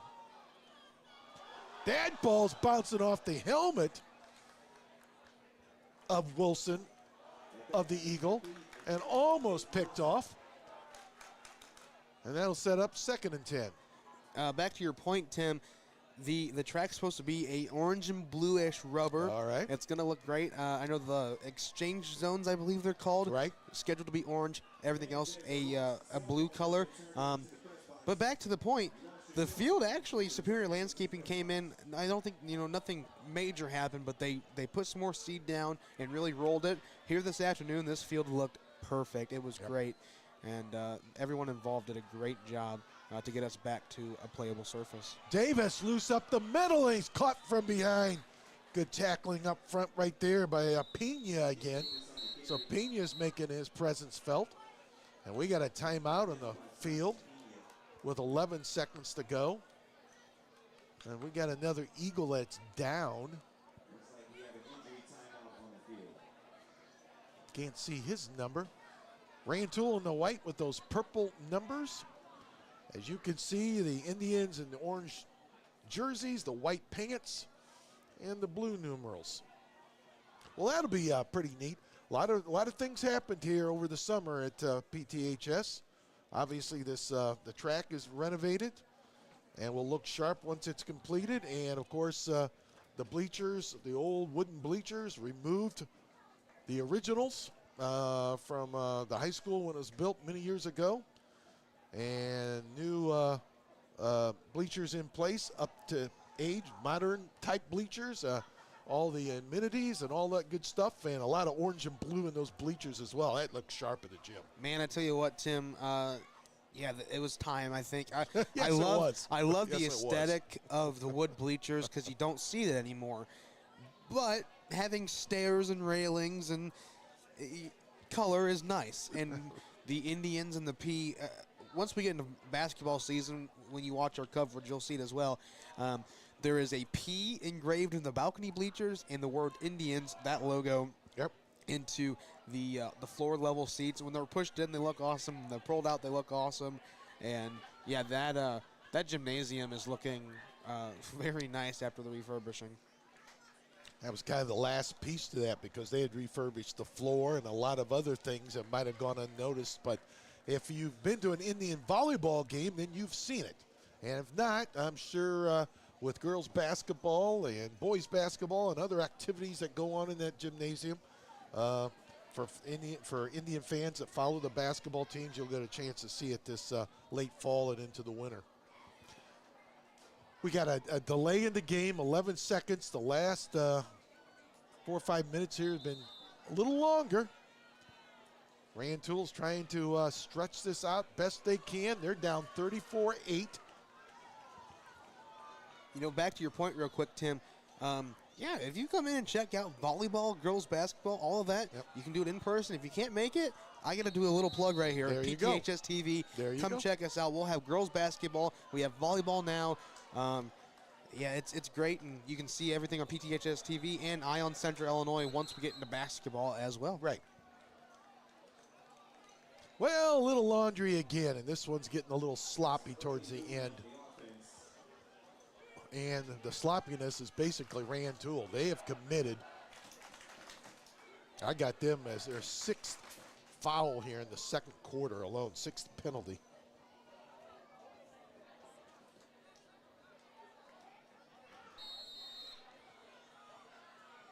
All right, let's see if we can get out of here at halftime. And I know the fans are looking forward to the marching Indians performing here. Davis, long field pass, picked off this time, or was he out of bounds? I think he may have been out. I did not see a call one way or the other. Yeah. The officials, I guess it's going to be incomplete. It was caught, but caught out of bounds. All right, they're going to say that's out of bounds. So with 3 seconds, Rantoul, one more chance. Trying to throw the home run ball here just before halftime.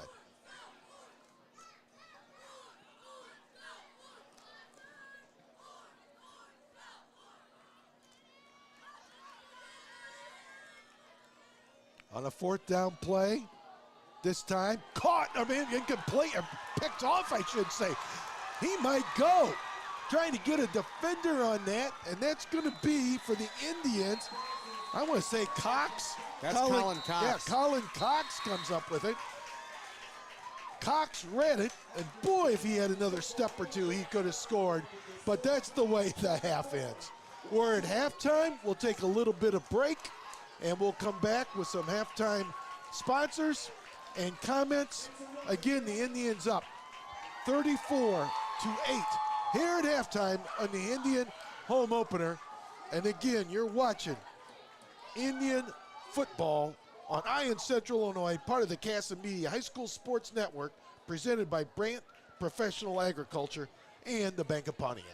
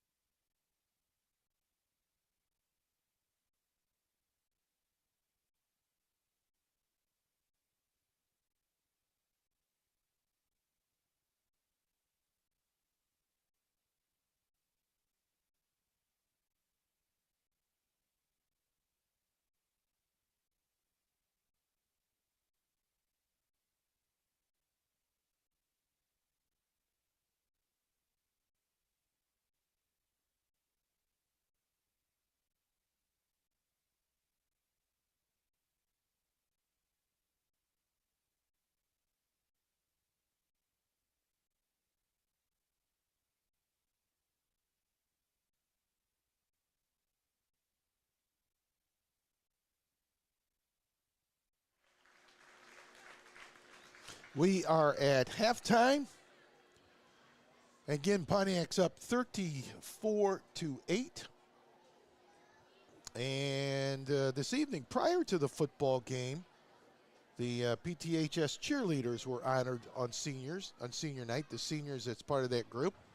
And the ceremony is just completed before the Indians perform here at halftime. The seniors on the Marching Indian Band were honored as well.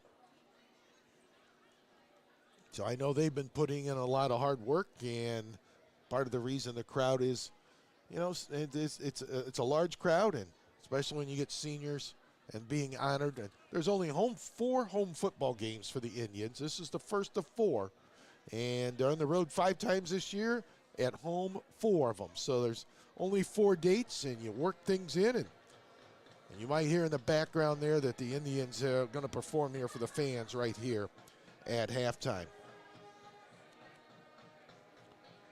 Remember, strong roots have strong yields, and if you want performance that counts, it starts with a legacy of superior results found with Bowman Seed, your local legacy DeKalb and Asgrow dealer. Contact Andy Bowman with Bowman Seed today, 815-822-4777 for all your seed needs. Graymont Co-op has been serving agriculture as well since 1903 with grain, agronomy, feed, insurance, and now internet. If you'd like to join the Graymont Co-op team, visit graymontcoop.com and fill out an application. Everyone at Graymont Co-op is looking forward to another great year for Indian athletics. And remember, Stoller International has been serving the Central Illinois farming community since 1935 and continues to do so today with 5 locations. They are the dealership that service built, providing Case IH, Kubota, JCB, Kins, Bobcat Woods, MacDon, and many other name brand equipment to customers. Along with the new equipment, they also offer a wide range of used, high-quality equipment. All 5 of their locations offer a full-service parts and sales department. Stop in at your local Stoller International store today to see how they can help you. And as we are at halftime, once again, Pontiac up 34-8. A lot of stars in this one. Kerr Bowman, he has scored a couple of touchdowns. He's been very active, coming up with multiple catches here in this first quarter. DeLong delivering the football. Alvin playing a solid game, the sophomore at quarterback. And then the 2-headed running monster that included Riley Johnson as well as Hunter Wilson. They took turns creating damage against the Eagle defense. And then in the second quarter, they went to Hunter Melvin. And Melvin got into the scoring column with a touchdown late in the second quarter as well. And all in all, it's been all Pontiac after giving up, I should say, a first possession touchdown to Rantoul. They have shut the door defensively, and they lead here 34-8 here at halftime. We'll take another break. We'll be back with more halftime activities as well as the second half. And once again, you're listening to Indian Football on Ion Central Illinois, part of the Casa Media High School Sports Network, presented by Brandt Professional Agriculture and the Bank of Pontiac.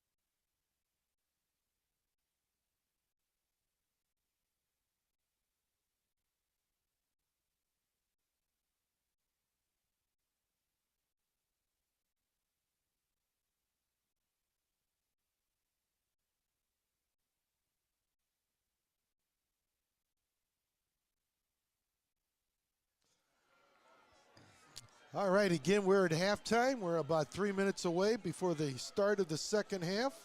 Again, Pontiac up 34-8 along with Jake Green. I'm Tim Scott. Hope you enjoyed the first half. The Indians, 5 possessions, 5 scores. Doesn't get better than that. Again, Kerr Bowman, a big part of the attack offensively tonight. DeLong has been solid at quarterback. And some holes have been opened up for the big running backs there, and Hunter Wilson and in Riley Johnson. And Hunter Melvin got into the offensive floor in that second quarter as well. And it all equals up to a 34-8 halftime lead as the Indians try to pick up their first win of the campaign. Next week, we're back on the road, and it's down to Paxton Buckley Loda. And the Indians will try to make things happen on the road. But first things first, they got to secure a second half lead and pick up a win here on the home opener of the 2023 campaign. Jake, liked what you saw in the first half, didn't you? Yeah, no, the Indians came out with some good speed and, some great momentum. They're 34-8 here thus far. We just saw Coach Casson as he walked in to grab a slice of pizza. I asked him, Coach, what do you think about the competition so far? Man, a few words. So far, so good. That sounds like Coach Casson, no doubt about it. State Bank of Graymont understands the farming community has been helping area farmers prosper since 1913. All of the loan officers have been involved in ag lending for many years, all with farm backgrounds. Stop by and visit with Scott Bachnet, Blair Barton, Paul Russo, Denny Stevens, Ashley Ralph, and Brandon Tate.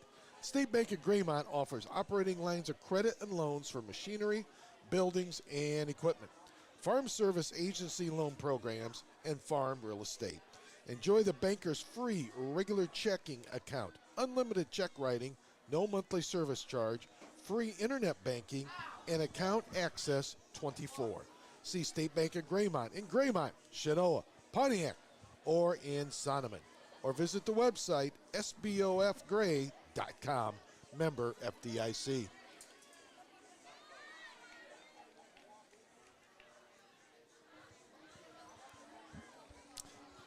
Well, again, 34-8.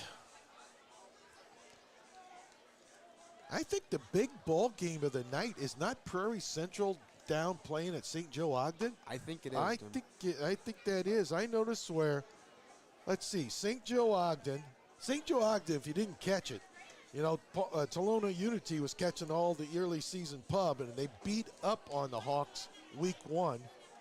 And last week they lost to St. Joe Ogden. St. Joe Ogden is 2-0, and they got the Hawks. So that ball team is taking on 3 heavyweights right out of the chute. So be interesting to see how that score comes out. Again, that is Tolono Unity and St. Joe Ogden. St. Joe Ogden, I want to say in the top 5 of 2A rankings. I was just looking at those today. And Tolono Unity is not out. I think they're number 8, if I remember right. And the Hawks were getting some votes as well, 2A. Tim, back to just correct you just there 1 second. Prairie Central and St. Joseph. However, our friends at Fairbury News are live right now. I'm going to go check it out real quick and see if we get a score. All right, we'll try to get a score for you right there.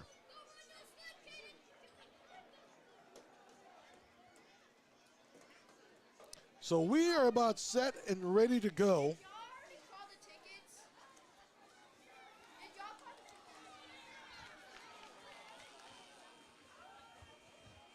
For third quarter action. The Indians received the opening kickoff and drove the length of the field, so the Eagles of Rantoul will get it to start the second half.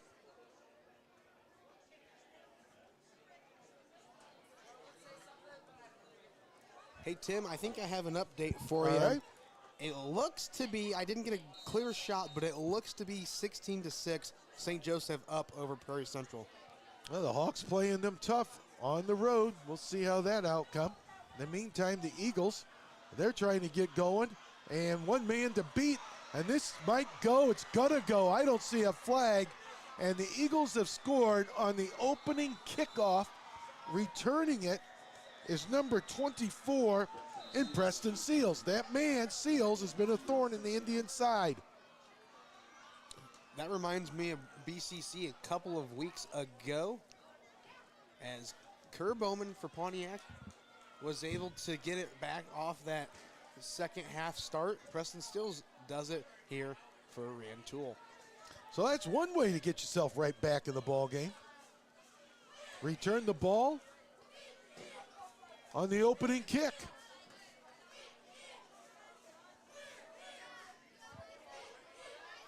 That far left side there, the wall, and the Eagles did a nice job of setting up that wall, and the Seals knows what to do with it. The speedster goes the distance.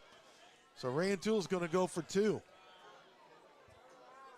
That was a comfortable 34-8, still is, but that's got to be of concern for Coach Gadberry. And do they get in? I don't think he made it. I Nope. don't think so either. He came up short of the goal line on that far side run. Folks, we got a moment here. You've got to enjoy some house ground steak burgers, smokehouse salads, appetizers, select smoke features, and the home style horseshoe. Of course, I'm speaking of Bob and Ringo's Grill Smokehouse in downtown Pontiac. They're open Tuesday through Thursday, 11 to 2 and 4 to 8. Friday, 11 to 2 to 4 9. Saturday, 11 to 9, and Sunday, 11 through 8. Weekly specials include smoked ribs, quesadilla, brisket, burnt ends, and ribs. Also, try their homemade sauces like the barbecue, buffalo, Cajun ranch, and ranch. Bob and Ringo's. Place to go, 844-6565 for a great place to eat, family, a gathering, whatever the case might be. Bob and Ringo's Grill and Smokehouse. Yeah, that's right, Tim.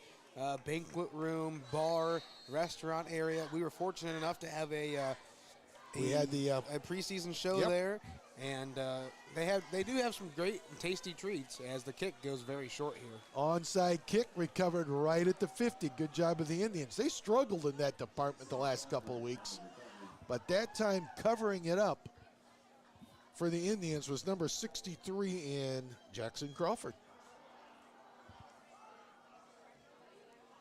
All right, so, boy, we're not even 25 seconds into this one, and Rantoul scored in the kickoff. Let's see if the Indians can respond.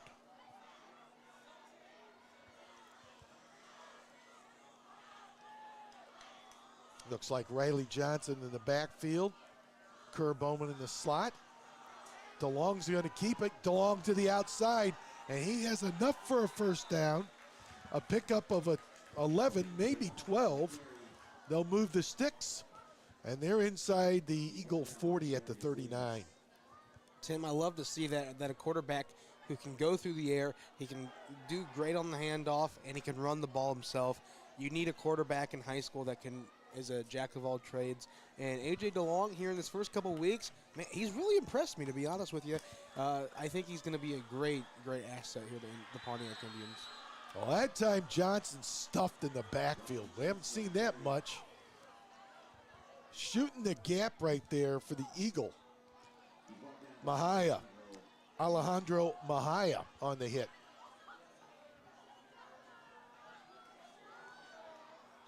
Well, that's going to be a loss of maybe 3. They're going to call that a loss of 3, 2nd and 15.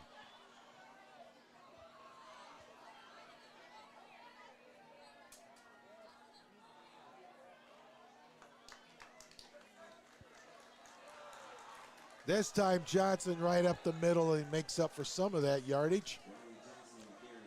Moves it up to the 30, or down to the 35, I should say. Third down upcoming.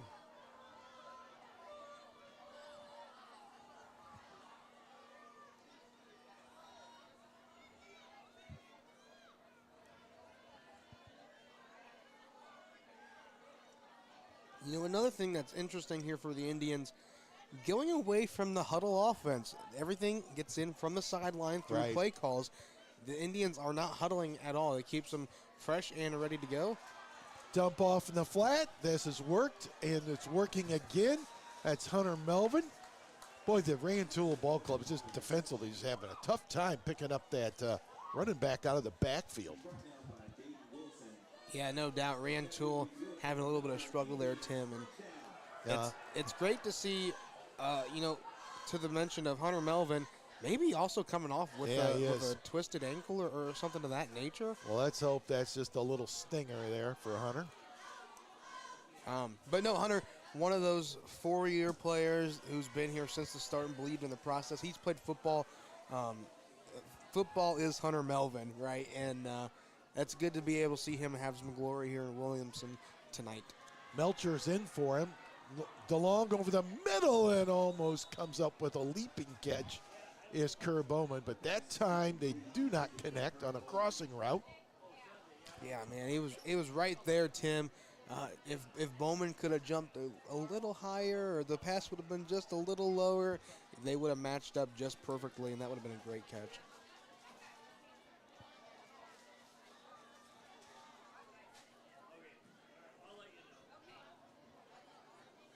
So 2nd and 10 at the 25. Dropping back, DeLong under duress, flushed out of the pocket. Heaves it down the field, and it's going to be picked off. And they're going to try to bring it out. And will so, and finally brought down at the 17 on a ball that was underthrown. Dayton Wilson comes up with the pick. And unfortunately, DeLong better served to just run that football and eat it versus throwing it down. Kerr Bowman, the intended receiver. Yeah, Tim, that ball just kind of went up, was a sky-high pass there, and it was just easily read and picked off there by Rantoul. I believe that's the first turnover for Pontiac in this contest. They put the ball down in the turf once before late in the second quarter, but they recovered that. That is a nice change of pace. Yep. To have the first turnover in the third quarter. Yeah, turnovers have been a bugaboo for the Indians, especially last week. 2 big ones there near midfield at Prairie Central kind of turned that game into a rout. Struggling to get back to the line of scrimmage on that play. He'll set up 2nd and long. Blackwell is credited with the tackle. Tim, I've seen a decent amount of football, and I don't know if I've seen, at least in high school, or in my experiences rather, but the quarterback, DJ Davis, the way he goes to hand off, he does a full spin. And I just think that's a very unique way of doing things, and I don't know if I've ever really seen that, Tim. That time slings it out in the slot. It's going to be credited with a catch, but brought down immediately. That's Glover with the catch. Actually, he went to 1D, so he was down. Well, we'll keep an eye on that there, Jake, and see what Davis done. That time was just dropping back and a very easy route, a pass and catch. Big 3rd down play for Rantoul, trying to get back into this ball game. This time to give and go, reading it, picking it off. The Indians at the 30. Room to run. That's Jake Fogarty, and finally brought down. I think that's a late penalty. It's going to be a face mask against the Indians, or against Rantoul, and Pontiac's in business. Yeah, Jacob Fogarty there, Tim, wanted to look for another way around, but I wish he would have just attacked the pressure. I think maybe giving up a little bit of extra yards as he went to that far side to try and find a look. But nonetheless, Indians coming up with a turnover here. And like I said, nice change of pace. The Indians are on the good end here. Well, that time again, they ran that little hitch and go, and the safety and Fogarty read it to perfection. Davis, the quarterback, just threw it up, and there was no way that was going to be completed. And Fogarty, to his credit, read it and then turned it into a big turnover for the Indian defense. Yeah, that pass almost even looked like A.J. DeLong's here not that long ago. Just kind of sky ball up and was easily read. Well, it's time to go back to the bread and butter, the big running back, and Riley Johnson up the middle. He'll get a couple. Let's see where they mark it. 7:18, clock running here in the third quarter. The Indians up 34-14, 20-point lead.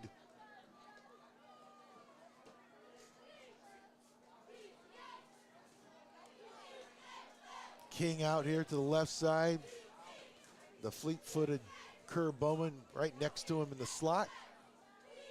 Now he's in motion. All that work, and they're going to give it right back to Riley Johnson, and he's going to be close to a first down. He's going to be a little short. Set up third and manageable. Well, they say his knee went down near the 15. They'll mark it at the 14.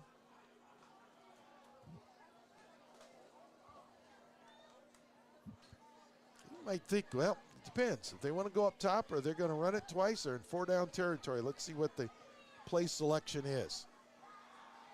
The play selection is it went right back in their face. I think that was a handoff, and DeLong was trying to read whether to give it to Riley Johnson or pull it back out, and all of a sudden the pocket and everything just collapsed on him. Yeah, that was definitely one of those read options. And, yeah, to your point, Tim, the Eagles were just right there. I mean, that was just completely blown up in the backfield, and A.J. DeLong gobbled up on that one. Well, they're going to be forced to go up top this time. Over the middle, no, down, dumped it down to a King. King's loose. King gets into the end zone. Touchdown. On a big 4th down conversion, the speedsters went long, and King came underneath, and DeLong hit him in stride, and King did the rest. Man, I tell you what, Tim, the start of that did not look promising. I'll be quite honest. You look at it, and it's like, man, where's he going to go? He goes short with Amazing King on that far side, and he finds open room and finds the end zone. And it puts the Indians up in the 40-point area. Man. 22-yard pass and catch, and the majority of was the catch and run. Indians for a 2-point conversion. And that one's knocked down. The intended receiver, Kerr Bowman. So they have to settle for 6 again. Yeah, Nicholas Dunner was right there for the Eagles to knock that one away. It'll be 40-14, Tim. Yep. Indians are looking good here in this one. 40-14, 5:37 third quarter. Each team has scored a touchdown.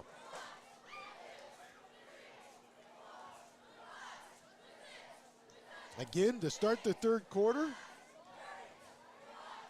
it was Rantoul on a kick return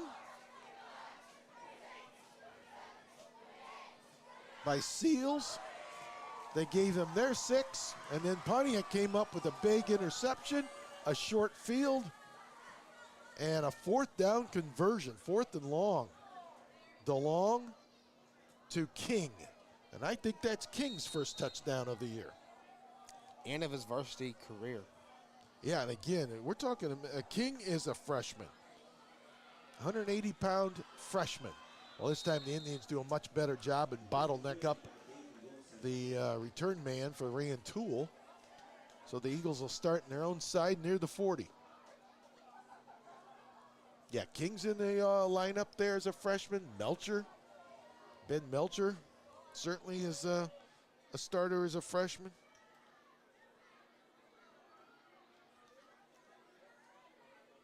Now, I have not seen Gutierrez tonight. So you might know more about him, but he played in the first couple of games. that's correct. Actually, Tim, last week, not able to play against Prairie Okay. Central. Maybe I Jammed his missed it. finger in practice, I believe, the Wednesday prior. Okay. That Wednesday prior had a few guys go out with a couple different things. Caesar, unfortunately, a little prolonged than everybody else. I think just the way it happened to jam and so on. As I say that, I see him in street clothes with his jersey, the number 12 on him. So Yep. hopefully he'll be back next week with PBL. Caesar was a great asset that Central Catholic game from Yep. what I picked up on. And I think he's definitely going to be one of those other younger guys that steps up and does great things. Valuable learning time if you could survive as a freshman at the varsity level. Experience that will come home someday to help. Davis looking, and completing, but down immediately. Once again, Hall, beg your pardon, Glover, caught the ball, but if you're going to go to one knee in high school, the knee hits, it's down. So he could not extend the old run after catch.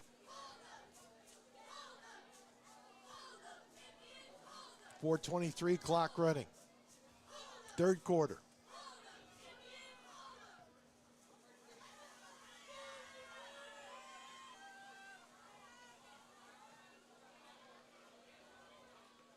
Davis, the pitch, and going absolutely nowhere. Stringing it out defensively. Great job, great read. And I'll get a number for you. That's Ben Melcher. I should have known. Melcher's had a couple of great hits. Ben Melchers has been just on fire this year. I know he was, a pretty good stud there in JFL. Varsity football is a whole new game and level, Yes, and he it is. showed up to the call. They put him in there, and him and some of them other younger guys have just been absolutely amazing and a great asset to this Indian football club. So Melcher's credited with the tackle, and Rantoul forced to go with it on a fourth down call. Before we go any further, Rantoul wants to talk about it. Sponsors for tonight's Indian football game include Bob and Ringo's Grill and Smokehouse, Graymont Co-op, RE Dynamics Real Estate, Driscoll Motors, Lion Sullivan Realty, Marlin Isles, your country financial agent in Pontiac, Cypress Creek Renewables, Andy Bowman, your DeKalb dealer, Greg Kurtenball, your State Farm Insurance rep in Pontiac, State Bank of Graymont, Kelly Electric, DPI Plumbing, Heating, and Cooling, Streeter Owenized Credit Union, State Bank of Graymont, Stoller International, DPI Plumbing, Heating, and Cooling, Victory Lanes and Slammers Grill, GHX by Golden Harvest, Cade Hill, your local dealer, and the fine friends of Indian football, Milford Hunter at the Potter Agency and JMSA Trucking. Thank you much, folks and businesses.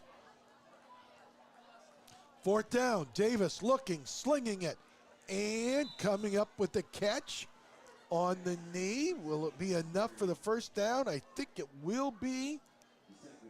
It's going to be close, Tim. Yep, it's real close. They're going to give it to him. That pass and catch completed right there to Morales. And he went down to one knee to make a catch. Yeah, but he did go just enough beyond the sticks. It's interesting that philosophy, it's almost like they teach it because it's looked the same, the way they both have fallen to a knee here. And I wonder if maybe that's one of the strategies and philosophies of Rantoul. Underneath 3 minutes to go on a first down call. Loose and then brought down quickly, but not before Hall picks up 5 or 6 on the carry. Tim, there's a flag down there. Well, we're going to wipe it off. Indeed, you are correct. They're going to call a holding penalty. Maybe that's why Hall was so quick to get open there, swinging around the right side. So what was a 2nd and 5 is going to become a 1st and 20.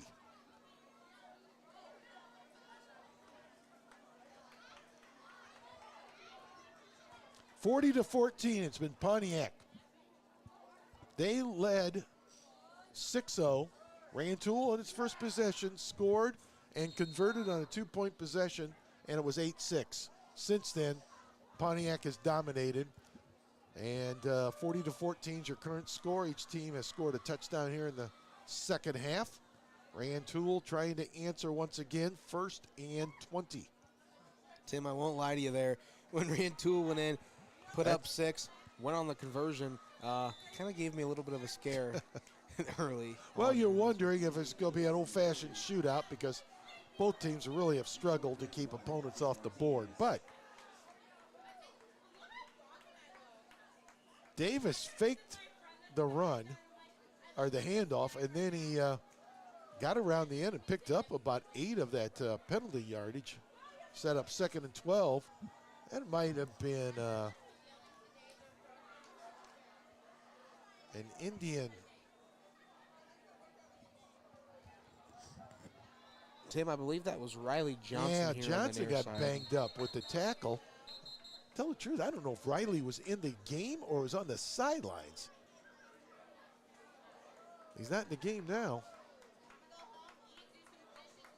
Now we got officials talking about it. Late in the third quarter. Well, you see on the far side there, it looks like the Rantoul staff actually came onto the field, Tim. I wonder if they thought there was a timeout on the field, but Riley Johnson actually just stayed off on the Indian sideline. This time, caught again in the flat, tracked down from behind. Good open field tackle, but not before a passing catch. And we got another Rantoul defender down. All of a sudden, they're falling like flies. I was trying to catch. That might have been, for Pontiac, that's got to be Jacob Fogarty on the tackle, I do believe. Yeah, I think you're right, Tim. I think Jacob was over there with the Eagle. Looks like maybe just a cramp, though, on the far side. Yep, the way it looks, you are correct.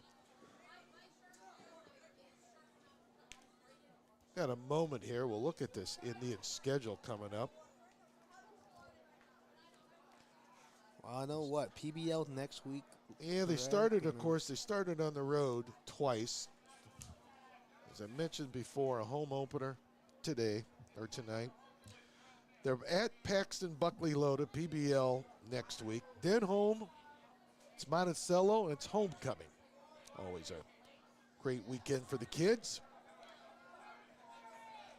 Then we're on the road, Unity in Tolono. That won't be easy. Home against St. Joe Ogden. Ditto on that. That won't be easy. That's 2 weeks in the schedule that are just going to be dog days of October, or excuse me, September. Yep, there. one's late September, the other is October 6th. The following week, home against IVC. I'm going to correct myself. We're on the road against IVC. Yeah, I right. knew we had to drive to Chillicothe, and there is no easy way to get to Chillicothe. I don't care what anyone says. I've made that drive with sports. It almost seems basketball and football, I always end up to go to Chillicothe. I've gone to IVC a good handful of times, Tim, and yeah, there's not a good way to get there. And then the final game is against Clinton. Clinton on the schedule for the first time. Tim, I have a bit of information for that one too. So, to my knowledge, from what I've heard from different sources, an assistant coach at Clinton was the former head coach the last 2 years here, John Johnson. I believe is an assistant coach at Clinton. From what I've seen online and different sources, I've been told that he is an assistant coach down there in some capacity, and so he'll make his return here week number 9.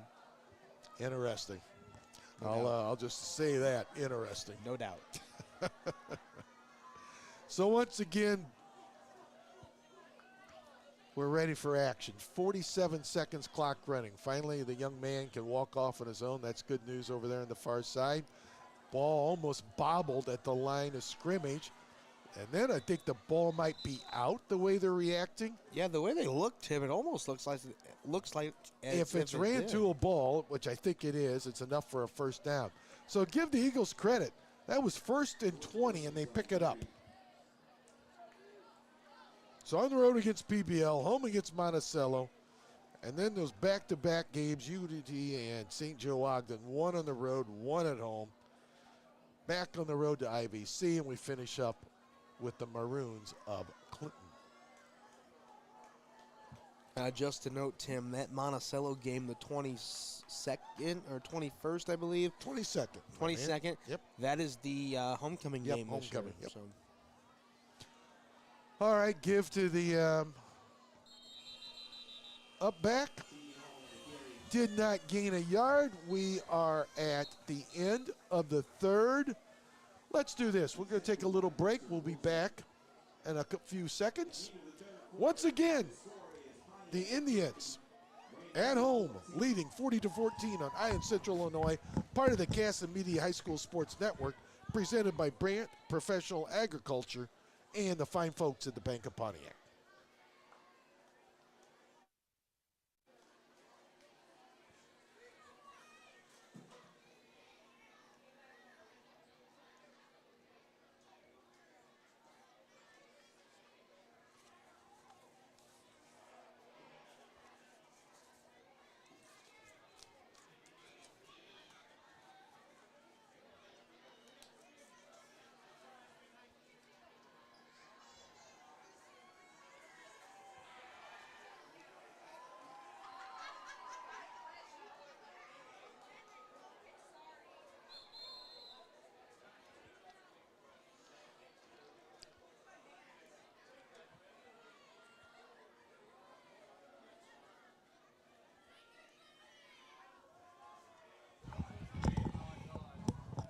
Ready to start the final lap here.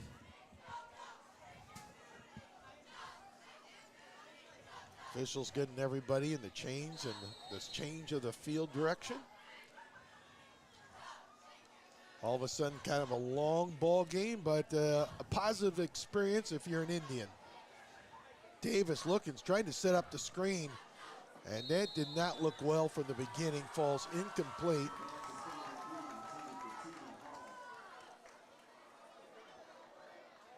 And they'll set up third. A third down call, 3rd and long. Maybe both teams settling in defensively a little bit more, kind of seeing the nuances of what both teams offensively trying to pull.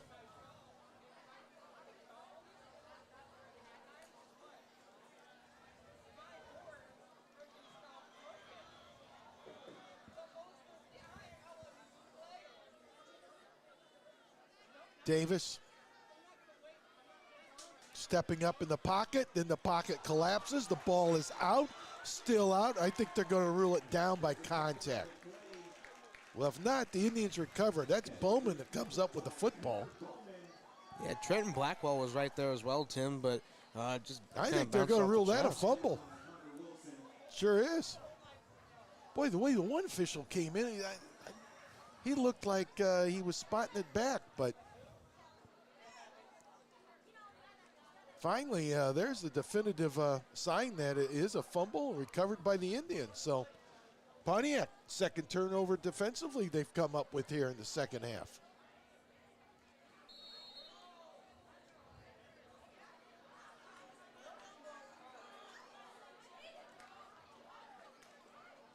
DeLong still your quarterback, 40-14 Indians. Riley Johnson up the middle. This time, Rantoul's kind of corralled him here in the second half, That's haven't right. they? I Kind of think- keyed on him. Yeah, I think also, too, he kind of got shaken up here a little bit ago, maybe slowing him down as well as he kind of limps back there, and yeah, he's going to get pulled now as Maybe, Hunter Wilson yep. comes in. If you're secured this one here, maybe it's might be enough for him to call a night there for Riley Johnson. Had a big first half offensively. Give him credit of 2 on the carry. DeLong with it. Dump to Melvin. Melvin tries to run over and does run over one defender before he's drugged down from behind. Let's hope everybody's okay. I'll say this, Melvin delivered the pop on that one, didn't he? That was a good hit there, and it looks like a cramp comes out for Hunter Melvin. While we have a second, Tim, so again, to my knowledge and to my sources, from what I've been told and what I understand, this is the same refereeing crew we've had Bloomington Central Catholic, Prairie Central, and now week 3 here with Rantoul. I know for sure the first 2 weeks were the same crew, and I believe that it is also the same here tonight. Just very interesting to have the same crew 3 weeks in a row. You know, you say that, and I saw the one official come up here to the press box, as one always does, to make sure everything's ready to go. I go, that's a familiar face. I think you're right. Yeah, it's just really interesting. I mean, maybe that's more common in high school ball around here, but to my knowledge, I didn't think that kind of happened. You know, maybe you mix it up week to week. You know, 2 Well, weeks. I would think so. I don't know. I know, obviously, the officials and the shortage of officials in general. Actually, there was an article I was reading just the other day on that. But you would think, if possible, you would rotate them around so one team wouldn't have the same crew 3 weeks in a row. Hunter Melvin's walking off under his own power.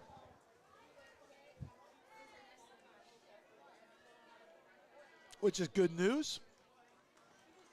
We're in the fourth quarter. It's 40-14. 10:44 clock is now running. Indians trying to just take control of this, move the sticks, keep it on the ground, chew up time, secure their first win of the campaign. It'll be nice here later on, Tim. Hopefully. And DeLong overthrew the intended receiver, an Amazing King. Yeah, just a little bit high there Yep. for King. But yeah, it'll be nice to chalk one up there in that left column for Pontiac.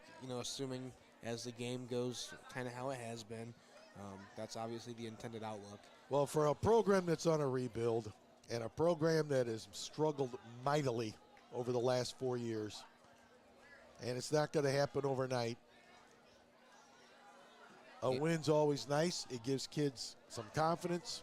I don't care who is it against, especially in the shape and the fragile shape where this program is right now. Correct. And the games that it has ahead of them this year in a very tough conference. Well, Pontiac's going to burn a timeout. And Tim, I want to go just to talk about the coaching staff just for a moment. Sure. I've worked along, in essence, 3-4 different coaching staffs in football. There for a while, some people carried over, some people get let go. It's just the way things go.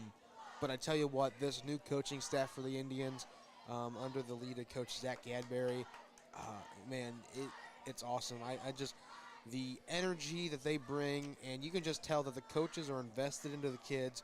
They want success, and it's a lot more uniform, and some familiar faces coming back from years prior, some new faces coming in, and this coaching staff here for Pontiac, I'm very excited to see where they go the next couple years. So. Well, you're speaking of those assistant coaches, and some household names are Ryan Abraham and Buck Casson. And Coach Casson, obviously, has been assistant. He's been a head coach here.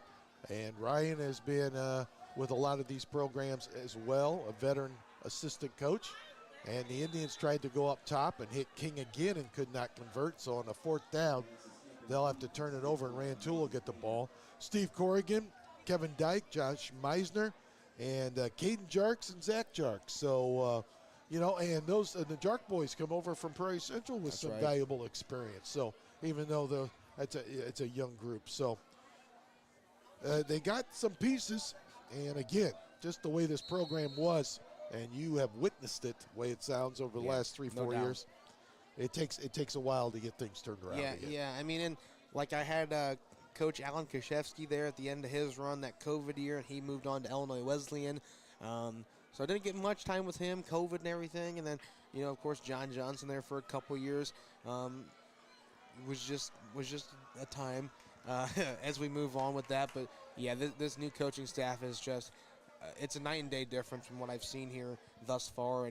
And back to your Ryan Abraham point, he was there in that COVID year, finally back again. And also his son Ty out here, the ball boy for the Indians. So it's a family affair. There you go. And it's just awesome to see everyone kind of working together here for this common purpose. And I think the first time we've really seen, at least in my time, a unified coaching staff.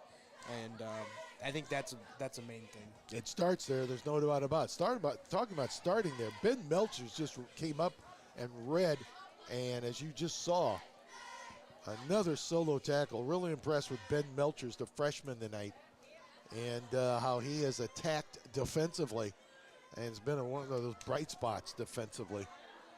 Nice ball game out of Ben Melchers. Yeah, no doubt. He's been flying around making plays all night long. Back up the middle and a little bit of room, but not a whole heck of a lot.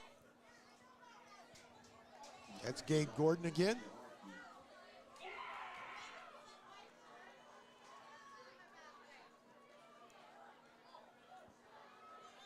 And we're underneath 8 or 9 minutes by the time we snap this football. Final quarter. Once again, the Indians up by 28, 40-14. Make that 26 if I can do my math. Hey, Tim, if anyone's listened into our PTHS TV here recently, volleyball, I messed that up on like 3 and 4, man. I kind of had a little dig at the Pontiac Township High School after that one. But, sometimes you just kind of glance and you're close. But. Well, I don't want to see this. Who's hobbling off now? Is that Johnson again? I think that might be is. I hope it's just a cramp again. Yeah. I don't know. It's not that easy for me to say, but the temperatures, it's cool. It's got to be down by the low 60s by now. I mean, yeah. It was cloud covered. There never was any sun today.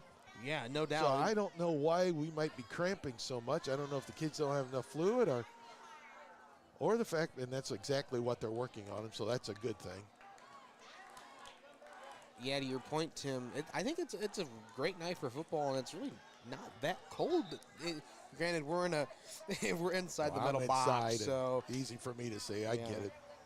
maybe it is a little chillier out than what we're used to, but. Well, as you see that first down play and change of quarterback for Rantoul, and that's Lopez that was back there throwing the football that time.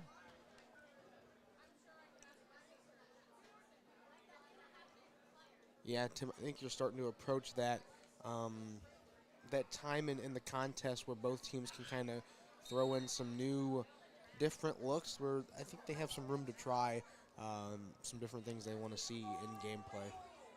Well, with that incomplete pass, that was a change of downs as well. So the Indians get the football right back. They'll run it right up the middle and got a running room. It might go. That's Hunter. That's Hunter Wilson. Yep. That was a great look there as he gets up through the middle and downfield. He'll get in to the Rantoul territory here just about the 23, Tim. Boy, he found a little seam, and the little guy, I call him little, but put the afterburners on and at 5'10", and Indians finally got a little bit of space and moving the football here. They were very efficient in the first half. 5 possessions, 5 scores. No one jumped, the official says. This is Wilson again. And Wilson is snagged from behind. Someone literally grabbed his jersey, or he might have been gone around that corner. But still enough speed and quickness to pick up a good chunk of real estate on that first down run. Yeah, Tim, Wilson's, I haven't been able to watch a lot of Indian football just with some different things I've had on this year, but Wilson's been really impressed me tonight. He showed a lot of speed and a lot of physicality, and definitely doing pretty well there in the backfield. Wilson again. Wilson up the middle. Wilson's got a first down.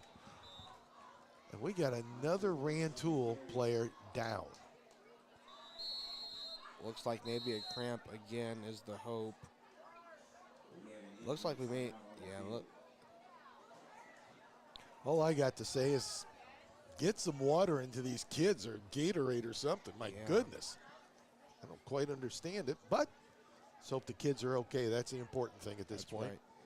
So I believe, Tim, there's actually some tablets you may be able to put in these water jugs. Right. I think we've looked into that are electrolyte tablets that, I don't know if they're necessarily flavored water, but it still gives the kids some extra electrolytes during the game. I don't know if we haven't crossed that bridge yet, but definitely something we've looked into. Again, 40-14 is your score. All Pontiac. Yeah, good look now here. Down on the field is Coach Gadberry, Josh Meisner, Zach Jarks, Ryan Abraham down there as well. Coach KFC, Kevin Dyke.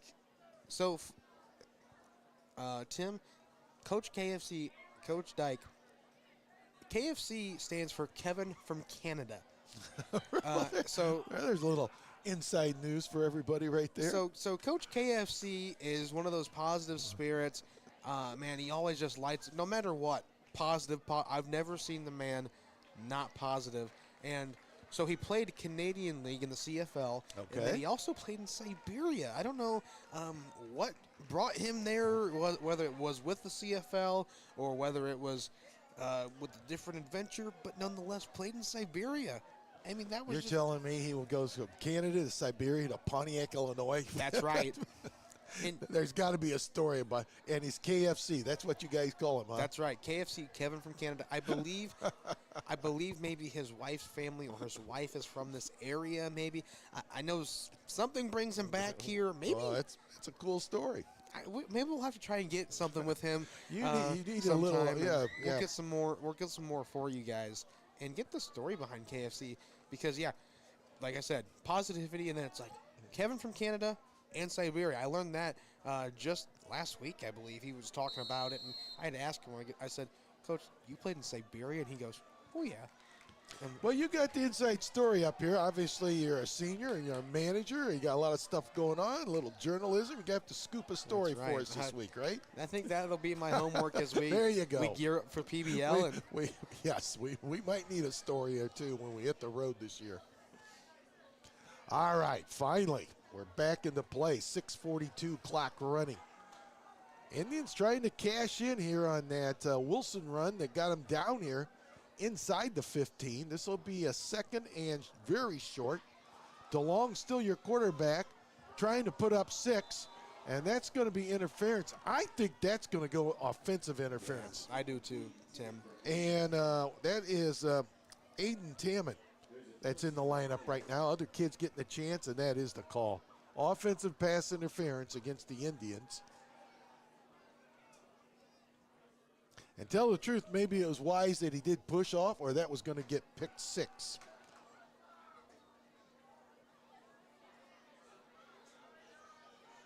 So the clock is stopped again.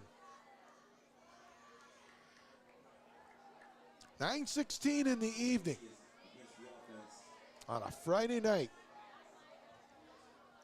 in Pontiac. So I'm going to make this point just real quick. So, Tim, on our broadcast, you could just see a golf cart just fly through on the track. I saw that. That's Jack Bristow in the criminal justice class at the Livingston Area Career Center. I'm fortunate enough I'm in the criminal justice 2 class. I've been able to work alongside him. He actually studied broadcast journalism, and he came up here a little bit last year. But so his class does security and crowd control and parking and all different sorts of things, and it's all just for free in hours. They do the Threshermans, they do Dwight Harvest Days, Indian Showdown next week, Pontiac football games, and it's all student-led, and it's a great aspect to have here. I actually did know that one because he went to school at the same time down at Lincoln, Illinois, with Mark Meyer, and they were connected together down there when going through school on the broadcast piece and all. Of course, Mark, a Hall of Famer there, and hopefully Mark will get back with us at some point in time. I don't know for the football campaign, but hopefully for the basketball campaign, and we'll see what happens there. In the meantime, 5:29, clock is running, and that was indeed pass interference, so the Indians got that marked off against them. Now we'll set up 4th and 8 after that third down run didn't net too much.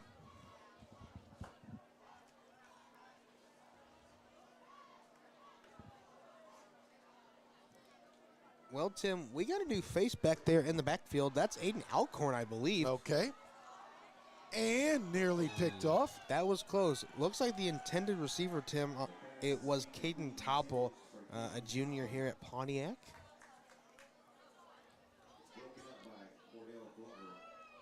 Well, that time delivering the football, we got a flag in the backfield. That's holding against Pontiac. That'll be eliminated or wiped, declined. And Indians will turn the ball over on downs. And we're inside of 5 minutes for the end of this one.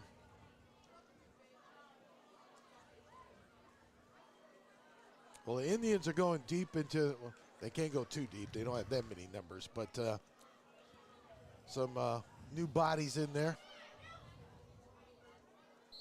As this one is secured in the win column for Pontiac. Yeah, no doubt, Tim. Yep, up by 26. You know, as a broadcaster, I've learned you can see the end of the game early. You can see it in the third and fourth quarter, but you can't really go that extra mile and say, well, this is going to be a win, this is that, until you kind of get in these last few moments, and then it's pretty secured. I'm going to go out on a limb and say it's an actual win. How about that? What's the percentages? 99.9. That's right. And it's going up every second. 434. That time Rantoul. Basic play right up the middle as you saw. Somebody from Pontiac jumped in the neutral zone. That'll be a 5-yard walk-off against Pontiac. Now, tell the truth, the Indians, penalty-wise, have been pretty clean tonight. They had a couple late here with some reserves, but when it was crunch time, they were pretty clean. Yeah, no doubt, Tim. That was JT Van Winkle getting off sides there. James Thurston also coming in. A couple of those younger guys that work pretty well and just kind of need some reps are getting their chance here now, like you said. Yeah, it's good to see the second unit get a chance here. And Rantoul takes advantage of that penalty, and they'll pick up a first down there. Still Rantoul territory. Ball's going to be marked at their own 34. And when this ball is snapped, we'll be underneath 4 minutes to go.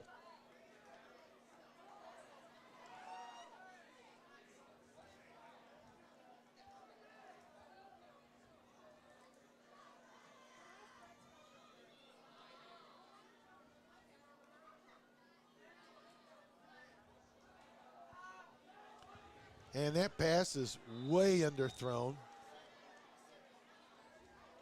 A fly route was being run by the receiver in Hall.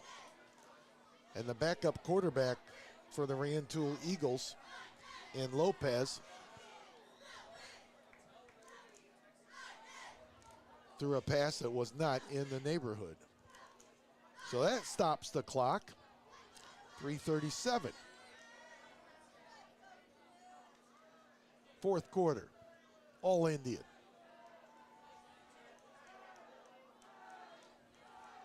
This time they'll run it right up the middle on a draw play. And positive results right there.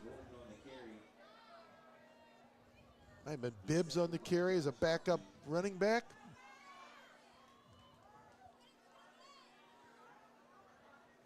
Third and 4 is going to be, and the next snap of the ball will be underneath 3 minutes. Again, the Indians back on the road, PBL, Friday night. I'll be honest, I have not followed the PBL scores. I don't know who they've played in the conference so far.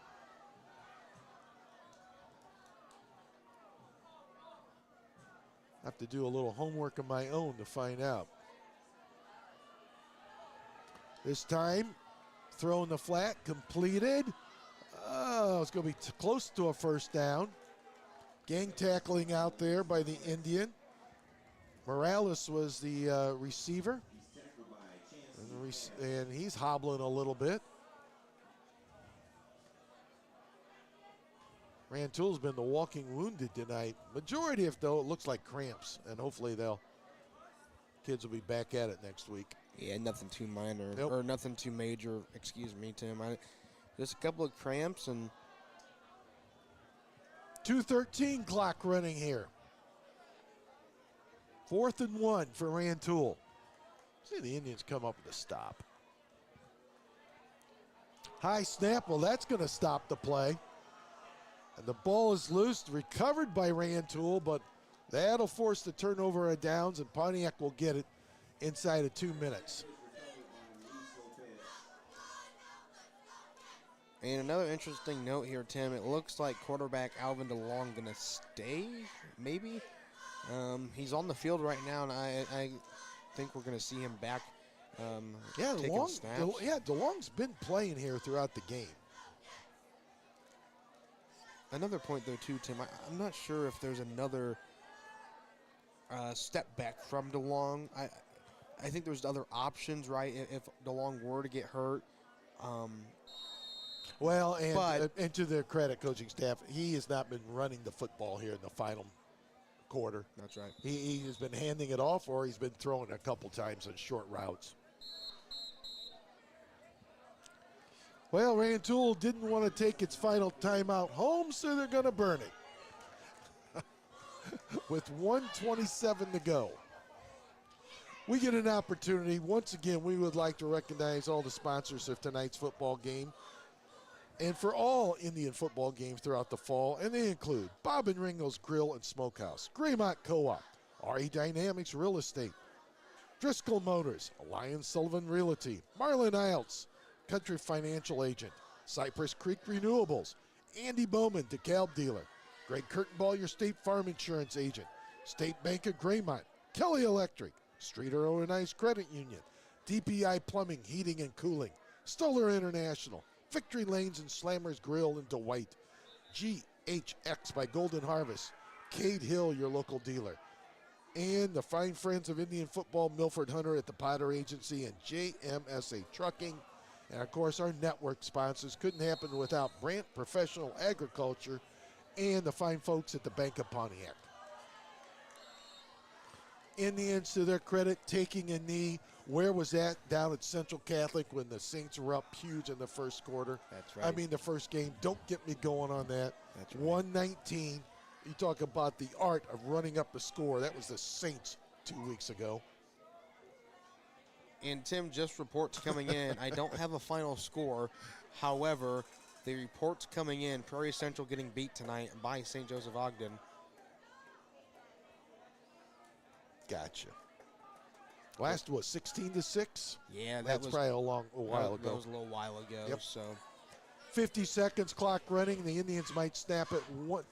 They'll have to snap it one more time, and this one is history.